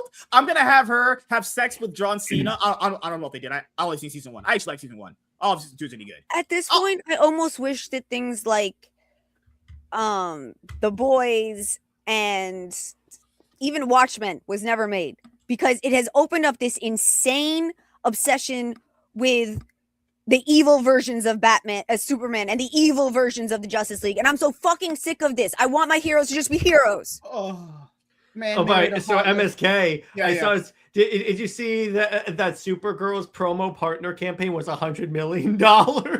If you read into that shit is not all that makes it more likely this movie is gonna tank hard. Oh God. Oh Lord. Bro hired a hot wife and went, you know what? You can just go fuck other dudes. This is why men are cooked. Not just women, because I criticize them all the time. Men are absolutely useless. How in the world? People always, I want to get married. I want to get married so bad. Okay. Even though I don't think you should, whatever. I want to get married. Okay, now I get married. Now I just give her to other dudes. What? What the fuck?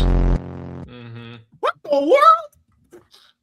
Send the asteroid, please. Looking at the kiss is like, I'm fucking loving it. This brings up. Okay, please, James, stop it. And this is the guy that we put in charge of Superman, ladies and gents. Great. I'm sorry. Does everyone not remember he started out with trauma?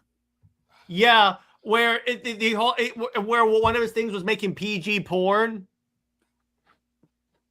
I love when my wife kisses other dudes. I'm sure you do, brother. I'm sure you do. Dude. Shadow Realm. Oh, fun fact. Looks like you're going to the Shadow Realm, Jimbo.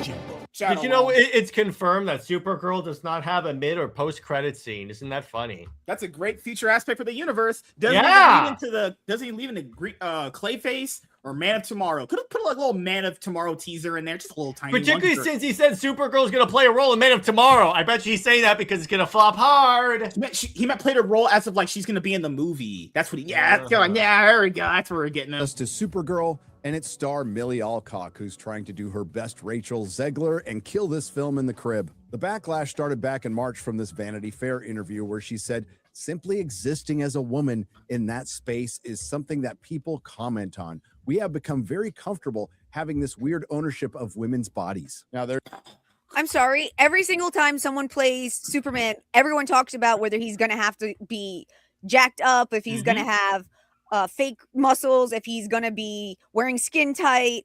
I'm sorry, I know why Aquaman 1 made so much money.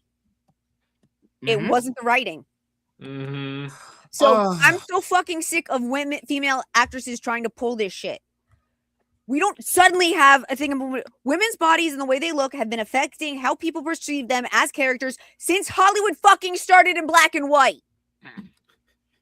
Well, look at Thor had to show his butt in his movie. So. Yeah, they'll say nothing about Thor being half naked, meat hanging out in Thor: Love and Thunder, but you know, it's just, and people wonder why I call most women, if not dumb. Like, just read that. An actual person said that.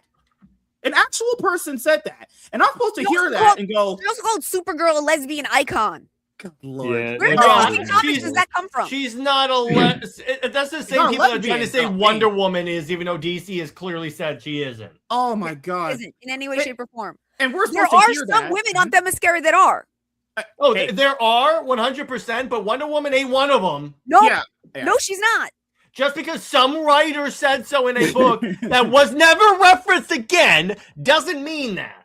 I'm just pointing out the fact that we have to read that, and as people go, man, you know what? That sounds really smart. Good job, Millie. No, most average people go, that sounds fucking retarded. It was retarded when we read it last week. It's stupid now. Yes, if you exist in a movie, people will criticize it. What the? I hate people so much. Also, I'm sorry. I have a thing to say. She's supposed to be 16, maybe 18 at the oldest, unless they're going to say we shouldn't be around for talking a long time. about these. Why is she still acting like this is new shit? And maybe maybe it's cringe for people to care so much about the sexuality of a 16/19-year-old. Yeah, I'm going to comment on the fact that she don't look 16. She don't look. She don't even look 21. I will say for YouTube purposes, she's 18. In the book that this is based on, she is older. I'll say that. Just for YouTube purposes, let's just say hypothetically she's 18. You know, we're not Diddy here. The Dragon fandom, where there was absolutely no backlash, so I don't know what the hell she was talking about. But as far as the actual statement is concerned, it just sounds like a bunch of Hollywood gobbledygook. But she felt the need to respond to the backlash to that statement instead of, I don't know, ignoring it by saying, I didn't even say men. I said people, Al Cox says, and they got so angry. I was like, you're proving my point. You're proving my point. No, we're not. And she did say men. She said Christian dads. Yeah. So and people want me to say women are smart. She literally later on says Christian dads. She said, I'm not talking about men, even though those will count as dudes. Remember that Eric July video where he's like that meme where he's just calculating all that dumb shit that person said to him one time? That's like me when people talk to me sometimes. I just calculate dumb shit people say and just document it in my brain. And I'm sorry, the only reason that there are more men than women commenting on the fact that you don't actually fit the role, not to mention the fact that the role has been destroyed by the fucking script, that's because more men than women are into comic books. That's an objective fact, okay? It is an objective fact. And our hobby's gender locked. I have no problem criticizing her, and I'm female. There's just not that many of me out there. There's a lot more males. The people who are going to be doing the criticizing are going to be mostly males. But bitch, you took a role that's based on a comic book. It's this new thing where a lot of girls think like just because they've maybe liked something that means they were the overwhelming majority. It's like, no, anyone who's a nerd will tell you they have to hide their nerd stuff because girls would make fun of them. Yeah. Yeah, anyone who's actually been a nerd, you could get stuffed in a locker for wearing a Green Lantern shirt, or you're ostracized. My school was like, you're just ostracized from everyone. They just don't talk to you because they thought you were weird. Now, was I weird? Like probably. Me, a girl who 90% of all of her friends were always male. Man, you got the lucky part of it. We got the shit stick of it. And it's just like, what's that new thing recently where girls are like, I've always been into Star Wars. Yeah, but that doesn't mean you were the majority of it. There's like dudes into putting on makeup. That doesn't make men the majority of makeup buyers. Like, how does that like? Oh, fucking hell. Well, because you know what, where that comes from MSK is because there was a study that was done a while ago that like found that like half of the comic book reading audience is women. What they leave out is people asking, "You're a Marvel fan, right?" And the women thought they were talking about the Marvel movies that they saw with their boyfriend. Yeah. I'm pretty sure when most, even to be fair, not just to women, when most people are asked that, I'm pretty sure they just mean movies. Just pointing that out there. Or animation and television. People who were involved in the backlash were people, not just men. And if she stopped there, she might have had a point. Unfortunately, she didn't and proved everybody else's point. Anyway, Millie Alcock started her generational run of imparting wisdom on all of us plebs with this. From Variety, just go for it. How Supergirl star Millie Alcock learned how to ignore the trolls, except she didn't because she's literally responding to them. And I'm going to ignore the trolls. Then yet respond to criticism. And every one of these Hollywood spheres is a troll to you. Like, no one has they just believe whatever's in that echo chamber is just everyone thinks that. Also, do you think punk rock just means being drunk and mean? Because that's not what punk rock is. I don't listen to punk because I'm not into that, but someone's got to explain to me the punk rock feels, but became a punk rock superhero because nothing says punk rock like a Supergirl movie made by a multinational, multi-billion-dollar corporation that was just bought by another multinational, multi-billion-dollar corporation for $111 billion. But I'll give them this: they're more punk rock than Green Day. So after not ignoring the trolls and saying that they are proving her point, Alcock even understands sort of where these base urges originate. with a world as unstable and terrifying as it. Who wrote this? World's unstable and terrifying. All The world right. is not unstable and terrifying, but the world is changing. We are going through the fastest time of change in human history. And that can be very unsettling to a lot of people. That's absolutely true. Doesn't have any fucking thing to do with why we don't like you in this movie. People talk about privilege all the time, and most of the time they're kind of wrong with it. This is one of those times I would have to say a privileged person getting the privilege of getting to be in this position and then saying that things are unsettling and terrifying when you're just acting in a movie. That's all you're doing. You're just acting in a movie, traveling to different countries to film or wherever cities you go to film. That's it. You have security. You get millions of dollars. I don't know how the world's unsettling and terrifying. She's talking about the regular people. She thinks the average people are dealing with unstable and terrifying the world. But that's also weird to just generate that on. Okay, whatever. Fucking women. Fucking hell. I'm not saying that's not to you. That's like, what a weird blanket statement to just place on everyone. It is now. Hate to break this to you, Millie, and everybody else. The world has always been unstable and terrifying. We just know more about it now. Governments don't have anyone's best interest at heart. Aside from that being a day that ends in Y, what the hell does this have to do with Supergirl? And people turn to online forums to find that guidance, she says. It just creates an unhealthy relationship with a person who will eventually and inevitably disappoint their fans. That sounds pretty ironic of what she just said. Just pointing out there. Irony's palpable right there. I know she thinks she's talking about all you online incels out there, but it almost sounds like she's talking about Hollywood, or in particular Supergirl. I guess women know this is just how it's always been, unfortunately, all cock ads. It's just from a lot of people whose profiles have no photo, who are burner accounts, or someone's name and then data for Christian, which is hilarious to me. But I mean, whose opinion do you really care about? If you're pissing the right kind of people off, you're doing okay. I am so sick of this. Women have never had more freedom, more options, and more everything than they do right now in America. There's been no other time and no other place in all of human history. Got to collect the oppression points. I'm sorry. Do you know in 1970, there were still multiple states where a woman couldn't open a bank account without her husband, her father, or her son signing on it. She couldn't get a credit card. Can you imagine any fucking woman today being told, I'm sorry, you can't get a bank account because you're a female? No. God. I want this lady to go and visit Saudi Arabia, come back to this country, and then tell me how amazing America is, because she will. Or how about Afghanistan? Where a few weeks ago, or a couple months ago, they made it illegal for a woman's voice to be heard in public. Yes. Yep. That means even if you fall and you say, ow, you have broken the law. And the Taliban, also like last year, we're doing the show last year, the Taliban wrote that women can't even have friends. You can't have They're not friends. allowed to leave their houses, and if they leave their houses, they have to be absolutely silent and be escorted by male relatives. I just want to point out, when women say these things, it's just like, what are you talking about? What the fuck are you going on about? This is an actual lady with probably lots of money after starring in this movie, never probably need to work unless she plays her cards wrong, saying about how bad things are for her. This is the reason why most average people like this are just retarded. Not like her, to be fair, she played her cards and got the role in the movie. It's just like, people actually admire people like her. This is like, she just completely looks down on you. She doesn't give a fuck if you existed or not. You know? I don't know what the data for Christian thing meant. It's like, is she talking about like having sex before? I don't know. That's just really cringe too. I don't know. I don't hate to break this to you, Millie. There's a lot more riding on this than just your movie, and you can't afford to piss anybody off. But why wouldn't she feel this way when co-CEO of DC Studios, Peter Safran, called her about the backlash and said she's doing great? But wait, there's more. The years, many fans have embraced Supergirl as a queer icon. What do you think is about Kara that inspires? I've known Supergirl. Let me put it this way: these people will claim any character as a queer icon. I think we've known Supergirl like most of our lives. I've never seen this character. Well, not comic wise. I'm pretty sure it isn't either.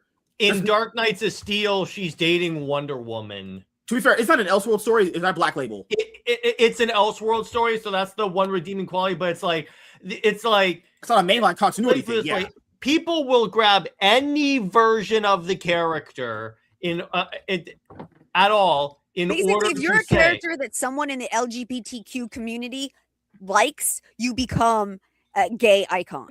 Yeah, I can guarantee you, Jared, this person asking this question never read that comic book that you're talking about. I guarantee had this no person idea. Probably what she was hasn't doing read with it. comics. I guarantee this person hasn't read comics. Even if you've just seen her in animation and TV, she's never been like that. She's never like lit carpet. Hell, she ended up marrying fucking Brainiac 10 or whatever the fuck his name was. Brainiac 5. Yeah, like what in the world? Even if you've never read comics and have only seen some of these characters in like animation or live action, she's never been a lesbian. She's never been shown hints of that. I think some people got confused because in the CW show, her sister's a lesbian, and I think they figured they got confused by that. They just watched that. To be fair, you are right. A lot of people said that show was really gay. Okay, that's probably it was really gay. They even had a trans superhero, Dreamer. That kind of connection. I think I played a few characters that might have a potential queer through line. I have many queer friends, so honestly, I'm kind of honored.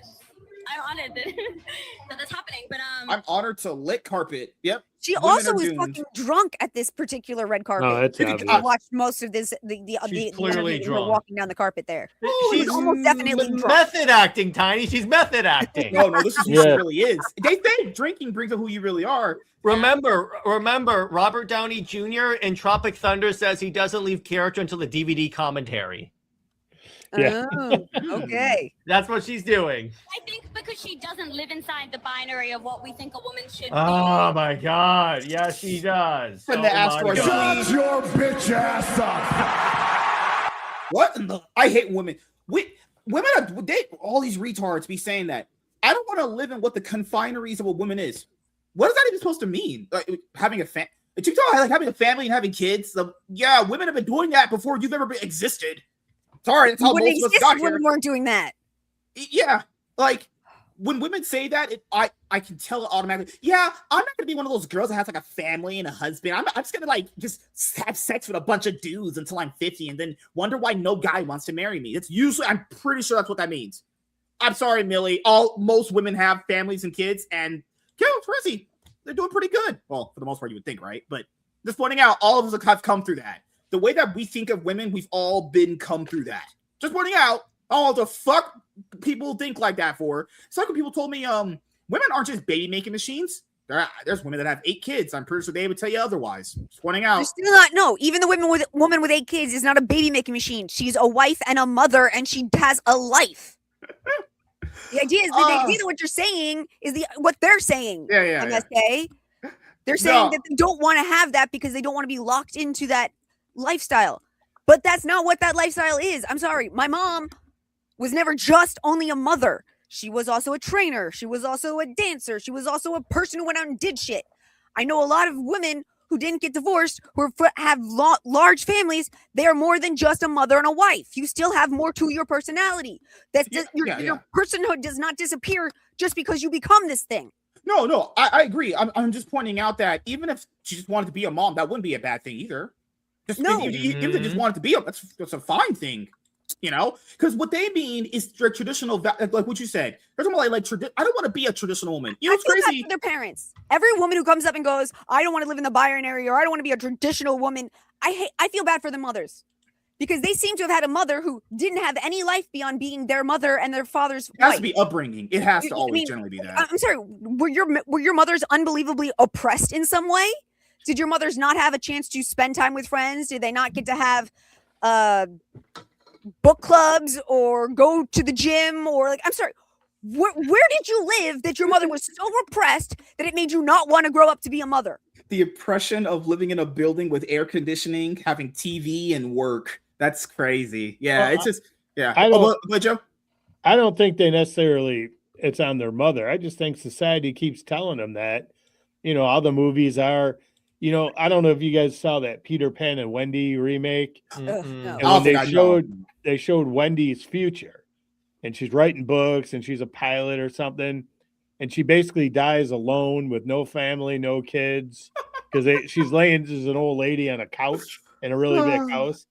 So they make motherhood a bad thing. So And I guarantee you, she Your own doesn't even mother wasn't know. oppressed, why would you believe that motherhood would be that bad? Well, because society keeps telling them that. They just Yeah. constantly, you know, what do you hear? If they call it a trad wife and it's bad, and if you don't go to work, it's bad. Yeah. And if you know you're a woman who, you know, takes care of your husband, you're being oppressed. And you know, it's funny, is a while ago I saw it on Twitter. Matt Walsh, the political commentator, said he likes to go home and have, you know, when his family's there and dinner's on the stove, and he likes to be appreciated. And everyone's like, what about your wife? Blah, blah, blah. And they just went nuts. And I'm like, he never said anything that he doesn't appreciate his wife. He just says he likes when his family appreciates him working for them. Also, But that's see, a his man wife. Thing. I appreciate. I love going home, and my wife has made the food, and she's taking care of the kids, and the kids are waiting for me to show me appreciation. I appreciate that she has done all the things that take it to be that, so that I can do this. But you can't. A man can't say anything good about himself or being a man, because people take it as you're automatically bringing women down. Oh, and just to add to this right here, I'm pretty sure I haven't actually looked at this on a lot of recent, I can just say statistics. Is it a proven that if a woman has a family and kids, she's more likely to be happier? There's all kinds of, yeah. In fact, you look at all the statistics. Women are more depressed now than ever. More on drugs now. They can't. They're more single more, and then somehow they wonder, why won't men date me? Yeah, abortions are up. They're single, depressed. You know what's crazy? I'm not saying giving them freedom is a bad thing, but then again, the values are really weird when it's crazy. Being just a mom is fine. Like I don't understand this logic of like, well, she was just a mom. That's good. You know, people that actually don't get that. There's a lot of people that don't even get their mom. Their mom just leaves them. They don't even want to have them. It's because everything's lumped as the patriarchy. That's why you have to call Valkyrie King Valkyrie, because somehow Queen is negative. As a woman. Holy you know, shit, Princess Leia. Well, she's a general, because somehow being a princess is a bad thing, because that's a sign of the patriarchy, because they weren't called princes as well. That's the problem. And that's the same thing with this. She says the binary. She doesn't even know what she's talking about. The binary. There's no female binary. Stop saying. Can we just stop saying binary? Yeah. What is the binary? Banish that from the cultural lexicon. I'm literally burnt out on the word binary, because it's just one of those all-encompassing terms that just means you're a retard. Well, not you guys. Binary means two. Yes, all it means is two. That's all it means. There's only two kinds of, you can be a woman. I would have asked her if I was that reporter. I said, well, what do you mean by binary? Like, can you what are the only that? two things that women are normally allowed to do that Supergirl somehow supersedes? It's just silly. I don't know. But anyway, continue. That is what makes her so special and so exciting and so new. No, that would actually tell me you don't understand the character without telling me you don't understand the character. That's actually what would turn people off. That okay. You know what's what? God, kill me now. All right. You know what? Yeah, I kind of thought that as well. I was like, she wouldn't. She'd do what Yeah, she I'm gonna do. be that guy. I'm gonna be that guy. Want. If you wanted to introduce Supergirl to the modern audiences, there are many different options you could have gone with. The Peter David run, for example, or the new 52 run, where she was out of place. She didn't even speak English, so she had to learn how to navigate the world. This Supergirl could have I could believe having some attitude, but you went with the version where she's just a drunk pirate girl. That's the one you went with. Well, like you said, James Gunn liked it. So. Oh yeah, exactly. He said his favorite Robin was Damian Wayne. I don't hate Damian Wayne. He said no one ever. He's all right. It's a kid most of the time. For starters, okay, I have to admit, I happen to really love the DC animated movies where Damian is totally roasting his dad. Those are those are hilarious. Yeah. I love where Damian tells Bruce to wear protection around Selena. Fucking hell. He and then there's another one where he's going out with, it's not Selena, he's going with someone else. He goes, just be careful. You don't really have very good taste in women. Yeah, he's like, he goes up into and including my mother. Yep, exactly. I my mother. But fuck that guy. How could that not be anyone's favorite Robin if he roasts your own mom? And his mom's a rapist too. Fuck her. Oh, I know, and I love when Nightwing shows up and he tries to attack Dick. He's like, "I'm his real son," and Dick's like, "Dude, what the fuck is wrong with you?" And finally puts him down. That's a hard one. A queer icon in the entirety of her history or herstory. I sold comic books in San Francisco for 10 years. I loved this image of That's her. the run. Beautiful. That's what Tiny was talking about. all-time- That is the perfect. The graphic novel is this way as well. That is the you could make that a movie. You could introduce the Trinity in that. There's so much that you could have done in one movie, and you just no. Years and That's the vast that's an majority of the amazing image buyers were of straight dudes. Just right here.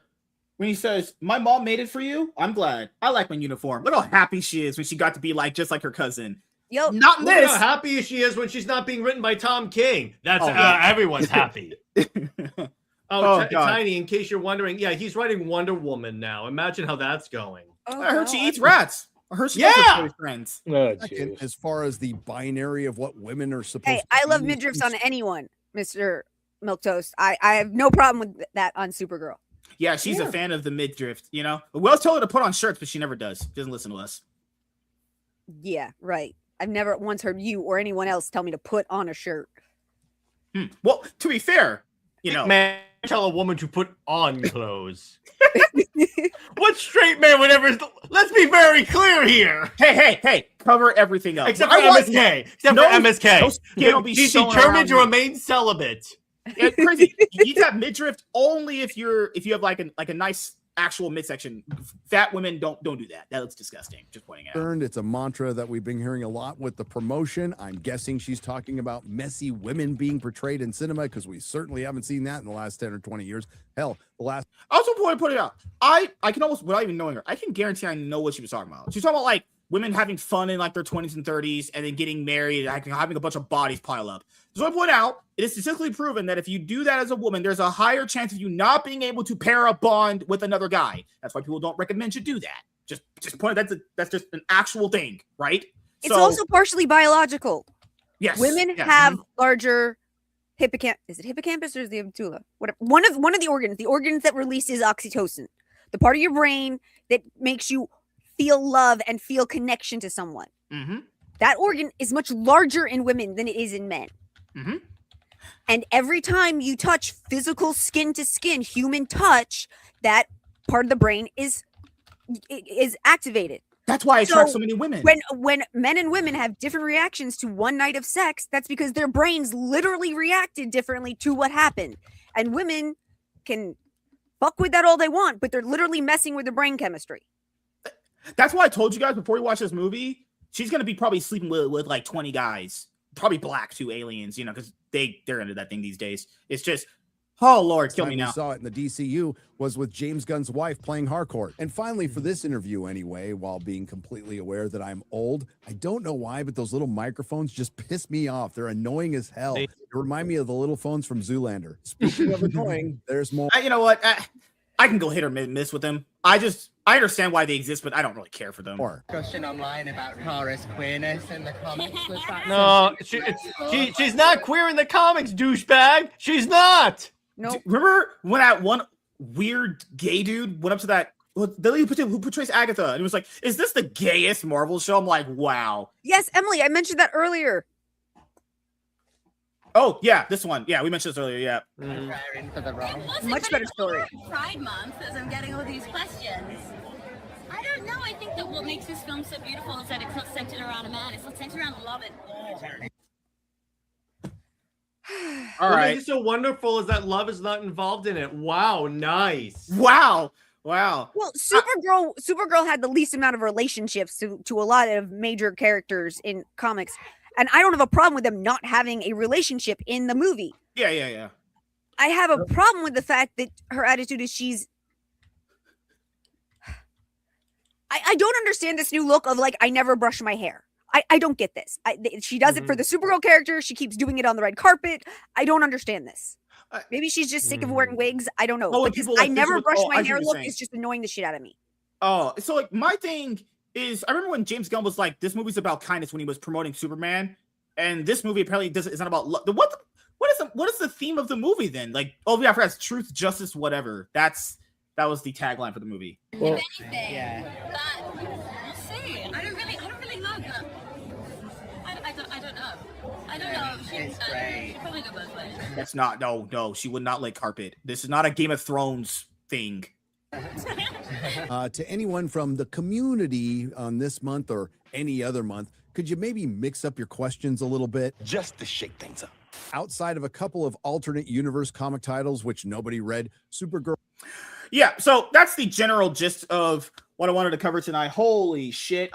Not like his video was bad, but like I can't hear that lady talking anymore.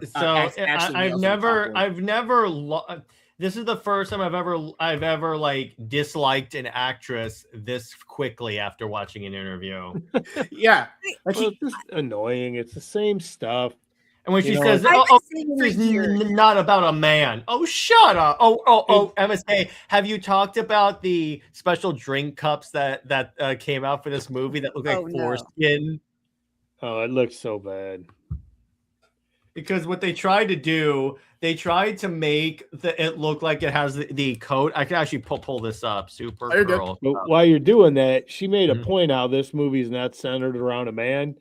But every advertisement I've seen, all I see is Superman and Lobo. Yeah. Because I mean, she's in them too. Enough people care about Supergirl. MSK, I'm sharing screen. Holy shit. Yeah, you didn't see this? Yeah, it looks very How did that get approved?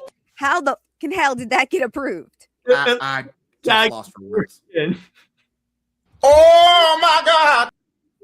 Why that? I don't have enough sound effects for that. Trench coat shit. Milk That toast. drives me The nuts. cup It's is like- certainly centered around a man. Yeah. Like, what's up with it? It's basically, she looks like Star-Lord. Why is That's she? why you just answered your question, She does Joe. actually. Yeah, she does a bit. Like, I don't understand how so many of the animated movies are so good and almost none of the live action movies are. I've said this for years and years. I don't understand how they can Well, that might be so changing. fucking separate. I'm glad you brought that up. That might be changing very soon. Do you remember that random Robin trio movie that was announced like some months ago? God. Oh my God. The That details are dumbass my animated. It looks so, Frankly, I did not so hear about horrible. that. So explain it Did to you me. hear? No, the details finally. You know what's crazy how we talk about announcements and taking so long to get word on them? The first plot details got announced for this thing, and this is terrible. I don't know what continuity they're building, but this sounds completely awful. So what it sounds like, I can actually summarize. So basically, it's right here. I got it for you. Give me one sec. Please go ahead. Oh, no one should be seeing my bookmarks. Okay, follows Jason and Dick as a duo of street rats who name themselves the dynamic duo. The duo split up as Dick ends up joining Batman while Jason joins the Red Hood game. Did I mention that this is also partly claymation? What? Wait, is this a movie, animated movie, or is it? It's an animated film. It's a puppet thing. Yeah, this is supposed to be. Okay, wait a minute. So, Yeah. What? What? Yeah. You know what we're talking about? When None of that makes any sense. Right. You know, like earlier we were talking about they just announced Red Hood Gang is started by Red Hood, who's Jason Todd. It's really odd. These studios announce things, and then so they either get canceled or when you finally do realize, because what they're doing, it always gets publicized, then you get stuff like this. This is just retarded. All of the Robins? It's going to have Dick, Jason, and I think Tim Drake. It looks like they have Damien in the photo too. I think that's just the cover image. I'm pretty sure it's going to have Damien, from what I remember. At the very least, it's going to be Jason and Dick, and I'm like, that's not DC lore. No, not in any way, shape, or form. Yeah. Why didn't they just do it? If they want to have them all together, just have them all be current or former Robins. They do some adventure together. Somehow write Batman out of They have it. to work together. Batman disappears. Gotham Knights, but as a movie. There you go. Yeah, and you know, and you could it could be a great dynamic because you got, you know, Damian being a little jerk. You got Jason who's bitter. You got Tim Drake who's probably the most sensible one, and Dick's like the older guy who's been, you know, the leader somewhat. Like in the comics, Dick would have to take on the mantle of Batman so that Gotham wasn't without a Batman. And the he'd others get would be out flack there trying to do stuff, and you'd be seeing Jason not able to control himself, and Tim trying to control him, and Damian probably siding with fucking Jason. Yeah, and it could be a good dynamic, but instead they're going to do There are this lots thing. of And Bat family stories. It's Sounds not that like a hard to mess. come up with a Bat family story. What's crazy? That's not even the worst part. This is a puppet animated movie. Puppet. What the fuck? / claymation. This No, I agree. This is awful. All that sounds like complete shit. I pray Paramount gets their hands on all this shit and just goes and rips it apart and throws it out. Batgirl that shit. Batgirl it. Seriously. There's no way that there's no way this company is so poor. They have to have puppets to it. There's no way. They're not this poor, right? That's how cheap they've gone. Why don't just do it Muppets then? I know their animation stuff has been good. I mean, even Aztec Batman got a lot of flack, and I didn't think it was that bad. It was okay. It was okay. I mean, I watched it. It was fun. I mean, I enjoyed watching it. It wasn't a waste of time. But which one? The Aztec Batman. It's Batman that takes place in Aztec times. Yeah, they're gonna do the Nightfall. The Graham Nolan Nightfall. Yeah, I think the preview is supposed to come, or the trailer's supposed to come out soon. It's going to be 4 parts. But another thing about Batman they're ruining. You know that Cape Crusader animated show that came out, no one cared for, and because they race swapped Penguin and Oswaldo. Well, they made him a woman or whatever. Even worse. You know what they're going to do now? They're changing. I'm not kidding. Mad Hatter is going to be a woman too now. Because Bruce himself had said, well, Batman doesn't have that many big female villains. One of the worst Poison frickin' Ivy. You created one, D-bag. Harley frickin' Quinn. No, but that was Poison Ivy, Harley Quinn, Catwoman. And why does he need to have a lot of female villains? Talia al Ghul. You got what's the bunny lady? Remember, this is the guy. This is the guy. No, depending on what's going on with Katana, what's going on with Lady Shiva. Yeah, well, MSK, remember, Bruce Timm is the man that, for the longest time, he's wanted Batman to sleep with an underage girl. No, it's crazy. Yeah, Batgirl. I remember the main reason why that quote was bad. I hate the idea of him and Batgirl. I really hate the idea. In Bruce Timm's universe, he got her pregnant. That's why Dick Grayson left. I want to point out what you were saying was true, but it was worse. I remember reading that. I was at work one day and I was like, you know what? There's a semi truck coming, and if I threw myself into the semi truck right now and killed myself, someone actually thought this in their brain, said it out loud, and then he got mad that people were mad at it for saying this is how retarded. So that's why when it comes to Batman the Animated Series, I will always say Paul Dini probably was the main reason why the show was any good, because as we see what he's done versus what this guy's done. Yeah, read what this guy said. One of the problems with Batman as he is there is a lack of good villains. What? That's an actual thing this retard said. He is the definition of the Rogues Gallery. Best Rogues Gallery in all of comic books. Battle for 2, and I'm like, bro, they made a movie about one of them. One of the problems with Batman as he is there is a lack of good villains. Might be straight up. That is top 5 dumbest thing I've ever heard someone say. That's when I knew that Bruce Timm was a hack, because it's like you have that, and it's like, again, to MSK's point, compare it, because Paul Dini wrote the 2 best Arkham games. Right. He wrote Mad Love. Remember? He wrote Zatanna, which is an amazing series, and then it's like then you look at Bruce Timm. Not that much stuff since. He was kind of a contributor on the animated stuff with what's that guy? The black guy. Oh my God, McDuffie. Yeah, who's a contributor on. I'm not saying that maybe he's one of those people. It's like a sports player. You know, like sports players like peak at a certain point, and that's all he probably just peaked as a creative a long time ago. Paul Dini, on the other hand, obviously he can still do good stuff. It's just, holy mother of God, how can someone say that when they worked on Batman the Animated Series? On the horror. Seriously. Batman, he lacks good villains. He's always debated amongst with like Spider-Man to have like the best rogues gallery. He doesn't lack good villains at all. Batman's villains have solo movies. Mm-hmm. And I'm sorry, if you really had a problem with it, very often no one has a problem when you trade in a couple Superman villains every once in a while to shake it up a little bit. Mm-hmm. How can that has to be top 5 dumbest thing I've ever heard someone say. And your solution to that is not to create a new one; it's to race bend one. It's to gender bend one. That's your solution. The solution is to gender bend Mad Hatter and also Tiny. So they also did it where in the Harley Quinn in that show is actually the dark persona, and the happy one is Harleen. Are you fucking? I didn't even watch that show because it looked so terrible. It looked actually Harley Quinn is like a very dark character, dark character in that. What's that guy's name? Oh my god, that other retarded hack I hate. J.J. Abrams. He's also part of that show too. He's one of the creative people on it. You can tell when that show that explains so much. J.J. Abrams and was it Matt Reeves? Matt Reeves. Yeah, J.J. Abrams, Matt Reeves, and this guy. Well, what a creative team that is. J.J. Abrams, I was automatically out when that guy was announced. J.J. Abrams, oh yeah, I'll just moonwalk the fuck out of this. And then remember, guess who's in charge of, guess who are the two people in charge of the Lantern show? Damon Lindelof and Tom frickin' King. The dude that had, in A Story for a Joke, Hal Jordan shoot himself in the head. That's what I want to do when I watched any movies from DC currently. I think it's a metaphor for how we would perceive these things, Jared. Come on, man. He was thinking in the future. I remember what he said. We wouldn't put green in the show because we call it stupid. Yeah, yeah, exactly. And then when he was called out by Grant Morrison, he goes, "Look, I'm a Green Lantern fan. I wore my favorite Green Lantern shirt to a Comic-Con once." It's a joke. That's what he said. It was a joke, and it's like, well, yeah, we didn't put green in it because we thought it was stupid. Joke. A guy who makes constructs through willpower.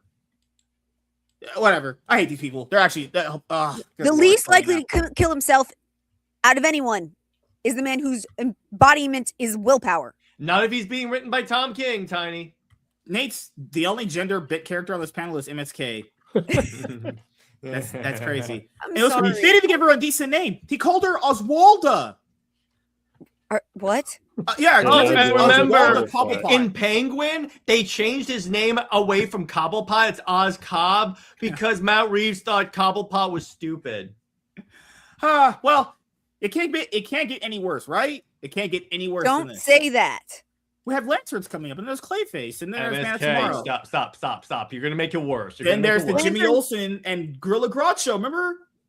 I actually was looking forward to Lanterns at the very beginning. I have now seen the trailers. Have you seen the trailers? Yeah, you look at the trailers. They look pretty bad, right? Oh, by the way, can we get a DCU show that isn't a curse fest every 30 seconds and like them saying, "Oh, F this, F this." Oh, no. Remember Hal Jordan supposedly being an experienced Green Lantern, but saying, I never really hang out with the other Green Lanterns. Or like when he says that, like, "Oh, there's no other human Green Lanterns besides you and me, John," even though Guy Gardner exists in this universe. Yeah.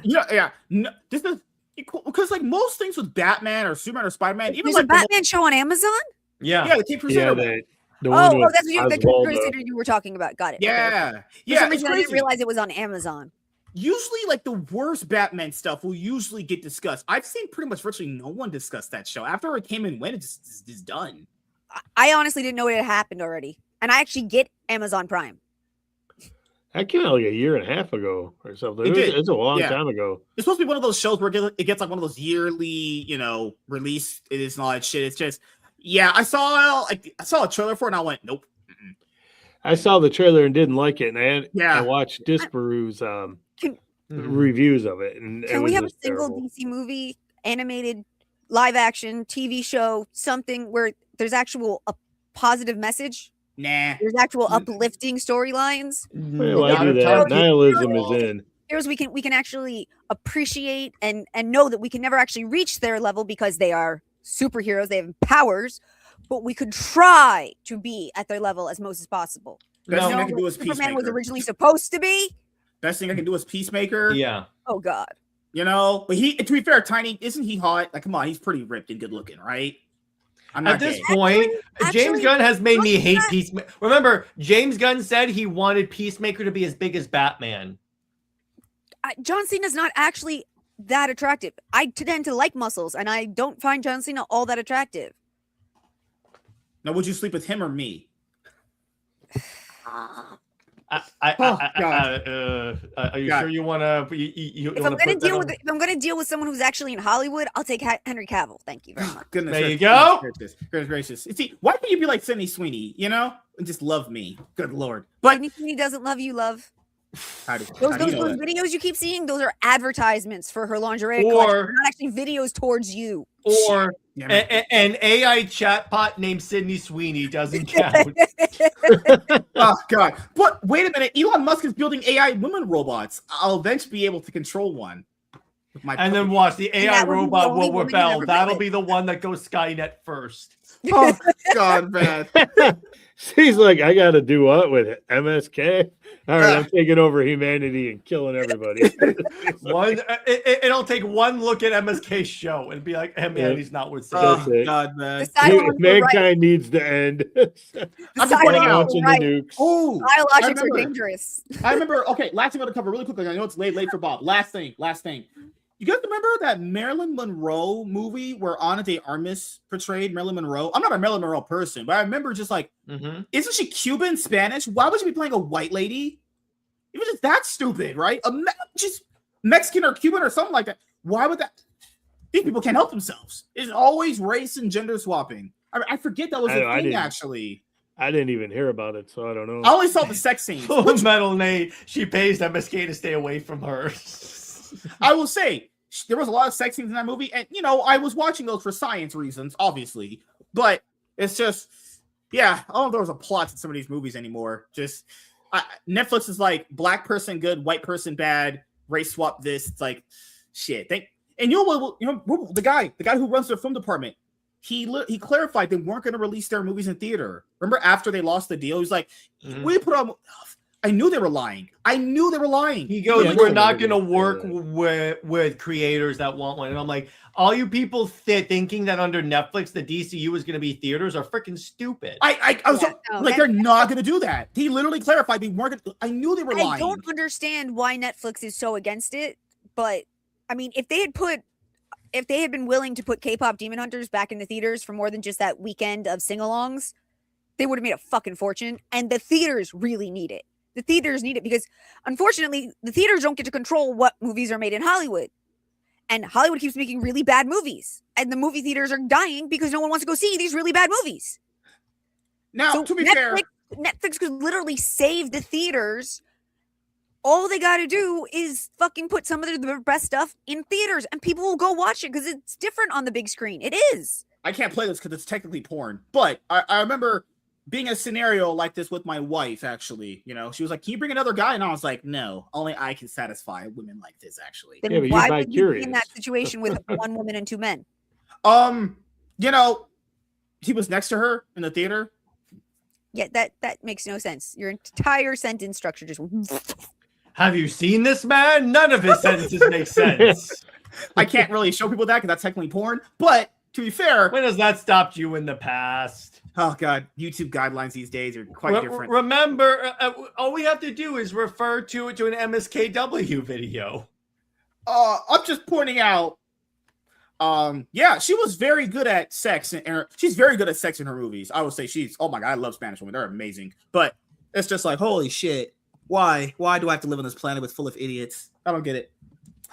Michael's about to make $1 billion. I'm just not in those kind of movies anymore. Like, they're all kind of like the same most of the time. If I want Michael Jackson, I just listen to his music, which I do pretty consistently. So, it was an interesting movie. Actually, the most interesting thing about the movie is what's you watched it? Oh, okay. Did you like it? Yeah, I went and saw it with my mom. We actually really enjoyed it. But the most interesting thing is Janet Jackson doesn't exist. What?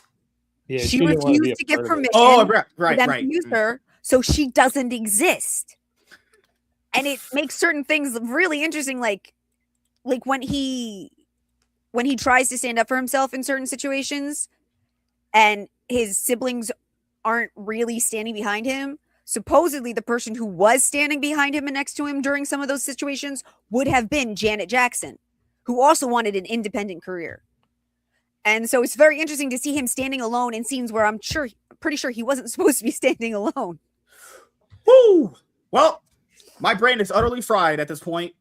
Hearing Millie Alcock speak is like, well, you know what? Time to just blow my fucking brains out. Well, Joe, we're gonna wrap it up here. Let's start with you know what? Fuck, we'll start with Joe. You got anything planned coming up you would like to let the audience know about? Like, no, not really. Going to try to see Supergirl this week, and then I'll give it my best opinion. Other than that, though, I told you before, my brother's supposed to be getting a surgery this week, so it's going to take up a lot of my time to figure out what's going on with all that. But other than that, just going to go see Supergirl, and actually, I'm really hoping I like it, but I'm really concerned. Well, that doesn't sound like a resounding love or endorsement that you want to maybe see the movie pan out pretty good. I read Supergirl comics for 50 years, you know, and as 50 years ago is when I started. I haven't read any recently, but I've always liked her. She's been a great character I really liked. I liked the Helen Slater movie back in the day. I liked her on Smallville. I liked her show on CW till it got really stupid and I had to stop watching it. So I don't know. I was really hoping this was going to be good. I didn't even mind the fact she wasn't like young or traditionally like naive or whatever you want to call her, or you know, wide-eyed and whatever, doughy-eyed and bushy-tailed, whatever. But the whole, I'm just a drunk, miserable person. I mean, it's basically Harcourt. It's Jessica Jones from Marvel. You know, I'm just a drunk and I'm upset and blah, blah, blah. Or I'm any Logan. character written by Tom King. Yeah, it's just, it's like, it's so tiring. It's unbelievably poor me. And even if you have a good excuse to feel poor me, if it's all you give, it's no one wants to be around you. Nobody wants to watch you. It would have been a better story to get her on Earth and kind of figure out her place on Earth. And apparently it's supposed to open to about as where the Marvels and the Flash opened. Which is like, didn't work out that well. At my house, in my neighborhood, I looked at all the different theaters that were showing the Wednesday night show. Not much some interest of them there. are like EMAX and stuff. And they're not sold out. There's tickets sold. And then Thursday, when the regular showing started, I looked at two of my local theaters, and there's still plenty of seats. I mean, they have some sold, but they're just, you can get a ticket. Yeah. So, I don't know. Yeah. Good Lord, man. Like the movie's apparently tracking to fucking open. Like I heard 39 million. That yes. I mean, it was between lower. Marvel. Yeah, that's what Jared said. Yeah, between the Marvels and the Flash. I'm That's sorry, I didn't terrible. hear So that's like a $38 Oh, million MSK, opening. you'll love this. Someone said, opening weekend doesn't really matter. If it's good, word of mouth will carry. And I'm like, that's what's happening right now with He-Man. Yeah, I'm really pissed that I didn't get a chance to see He-Man because I did hear it was actually really fun. It's really good. I had a lot of fun with that movie. It's the best Wonder Woman movie ever made. Stop it, Jared. It really is. Stop it. You're crazy. And you want to know what's amazing is they made Tila look beautiful and sexy. And she didn't like show up He-Man Yeah. at all. No, let's ask her. You guys don't have like a $5 theater out there you can go see. I'm pretty sure they might still have it at some of the $5 theaters or whatever they have. There's one place that does half price tickets, but it's only on Thursdays, and I haven't. Things just haven't worked out so that I could get there. Yeah, my on the high seas. And if it's not half price, it's literally $20-something per ticket. Really? Oh, and unless I'm doing really well or I want to go in my wheelchair, I normally go with my mom. So in case I have any problems, she's there. So that's 2 tickets at 20-something. And it's like, nah, we're just not doing that. You can always sail the high seas. I live in Southern California. Oh, that's why. Because in my area, I live in the Detroit metro area. And matinee show, you can get a ticket for $9. Yeah. The evening shows are 14, I think. There were theaters in Texas when I used to live in Texas that had really great options, but oh god, unfortunately, because of medical and certain other reasons, I can't leave California at the moment. Oh my god! Remember a few weeks ago they said the movie only needed to make like $373 to break even, and I'm like, who paying for the marketing? The movie just market itself. That what we do now? To be fair, if they did that, they would need to make less money to break even. But like that's not how these people function. They spend that's not hundreds of millions of dollars on these things. There's no way. Remember when the Netflix CEO testified under oath that Superman underperformed? Yeah. After that, and that's why they pulled it. After that, Nerdrotic said that was Girl Math. The movie like is almost 200. What's the movie's budget? Has that even been confirmed? Isn't like 175? It's something like that, but they actually said it was I think they said 323 or 316 to make a profit. Like that wouldn't even make logical sense. Even at 175, you'd have to hit 350 just to make a profit, and that doesn't include marketing. Yeah, like let's even say they're right, and let's say it needs to make 373 to break even, which I don't believe. It's not getting 373. That movie is probably going to get like $200 million max, 250 max, if we're being really, really lucky here. Like even when you lowball it, they're not making these numbers. You know, I started saying it was going to do about 450, and now I got myself down to 250. Yeah. I thought. And now I'm not even confident in 250. So. Good Lord. Yeah, I thought it was going to do like Venom 3 numbers, which was like 420. No, I was wrong, guys. I was wrong. That shit's about to be like 300 mil. It's going to be doing what Thunderbolts did. I think Thunderbolts did like what 314, 350. I think. I think it's probably gonna do what Marvels do, like 206. Marvels did 180 something. Yeah, Marvels did like 200. Yeah, something like that. I think it's going to be right about the Marvels. I can't see it doing much more than 225. I mean, Thunderbolts did 382. So by their I don't logic, think it's going to even come close to that. I mean, if people come out of the theaters and say it's a lot like Dungeons and Dragons, Alcott was speaking out of her ass, and the movie's not nearly as bad as she made it seem, and you should really go see it. It might get up there to the 2-somethings, 3-something, higher 2s, lower 3s, but unless they have a huge number of people who don't expect to like it coming out and going, I was wrong, yeah, they're not getting shit. Marvel's made $206 million off a $374 million. Man, it's such a huge flop. And they still got to do a Toy Story 5. That's good. Yeah, that's that. Minions 3 comes out. Kill it. Minions 3, guys. People forget. People always make fun of the Minions movies. I love those movies. The last one made like almost $1 billion. It made like 908. It's gonna slaughter that one. It's not even gonna be close. It's gonna just the Minions weekend is probably gonna be like almost $150 million. Somehow they'll try and blame COVID. Somehow. The weather will be blamed, Jared. Minions quite literally is going to slaughter it. I'm sorry, you're done. Why would they release it around Minions? It's disgusting. Lots of people love Minions. Like adults love Minions. Kids love Minions. Lots of people love Minions. So unless they do something really obnoxious. If you're a parent of a young kids, what are you going to do? Take them to see Supergirl? After you've already took your kids to see Toy Story, or if you didn't take them to see Toy Story week 1, you'll take them in week 2, which is this week. And then next week is Minions. So if you're done with Toy Story by then and you got to get your kids out of the house because it's summertime, there's a Minions movie.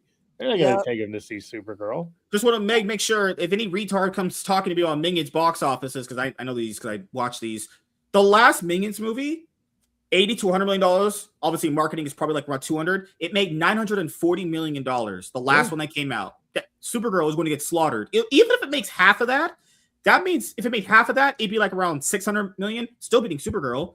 There's no way this movie can do well. It's the same thing that we talked about when it came to Masters of the Universe. Remember, they put it out in too much competition. There's just run the movies that exist right now. There's Masters of the Universe. There's Mandalorian and Grogu, Obsession, Michael, Backrooms, Toy Story 5, Scary Movie 6, Devil Wears Prada 2.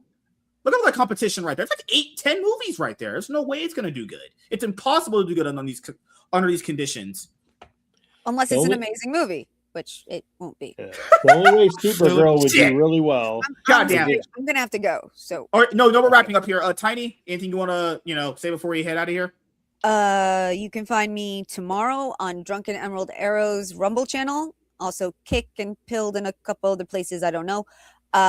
For What the Frack, where I'm watching the Battlestar Galactica remake for the first time. Oh, nice! I love the original. Love it, and so I finally let people who I trust convince me that it was worth watching the remake, and I'm enjoying it quite a bit. Emerald is an asshole. He's not letting me do more than one episode a week because he wants me to feel like everyone felt like when it was originally airing. On Thursday, I will be on Common Nerd's channel.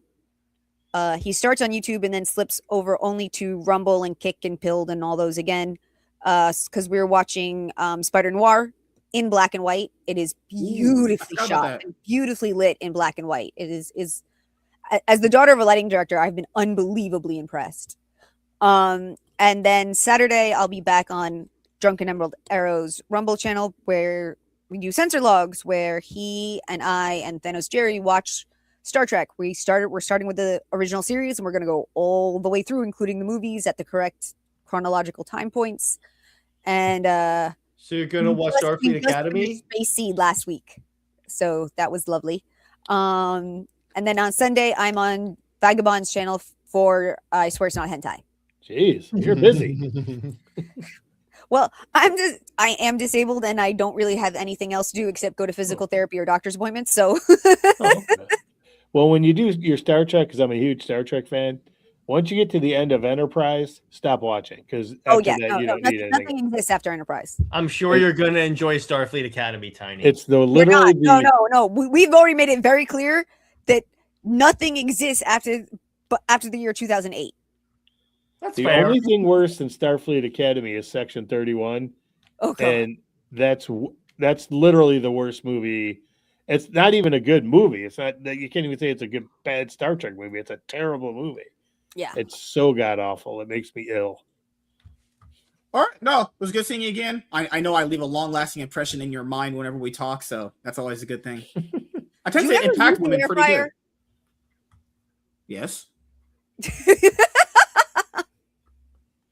I tend to make women happy around here. That's what they always Sure say. you do. Jared, leaves them alone. you again. It was nice to meet you, Joe. Oh, you time. too, one last Tony. thing. Take care. One last thing really quick. Are you going to the meetup this year? No. You're not going this year. What happened? What's going? A, I don't really want to be in Vegas in August, and B, we would have to rent a car because our car is dying.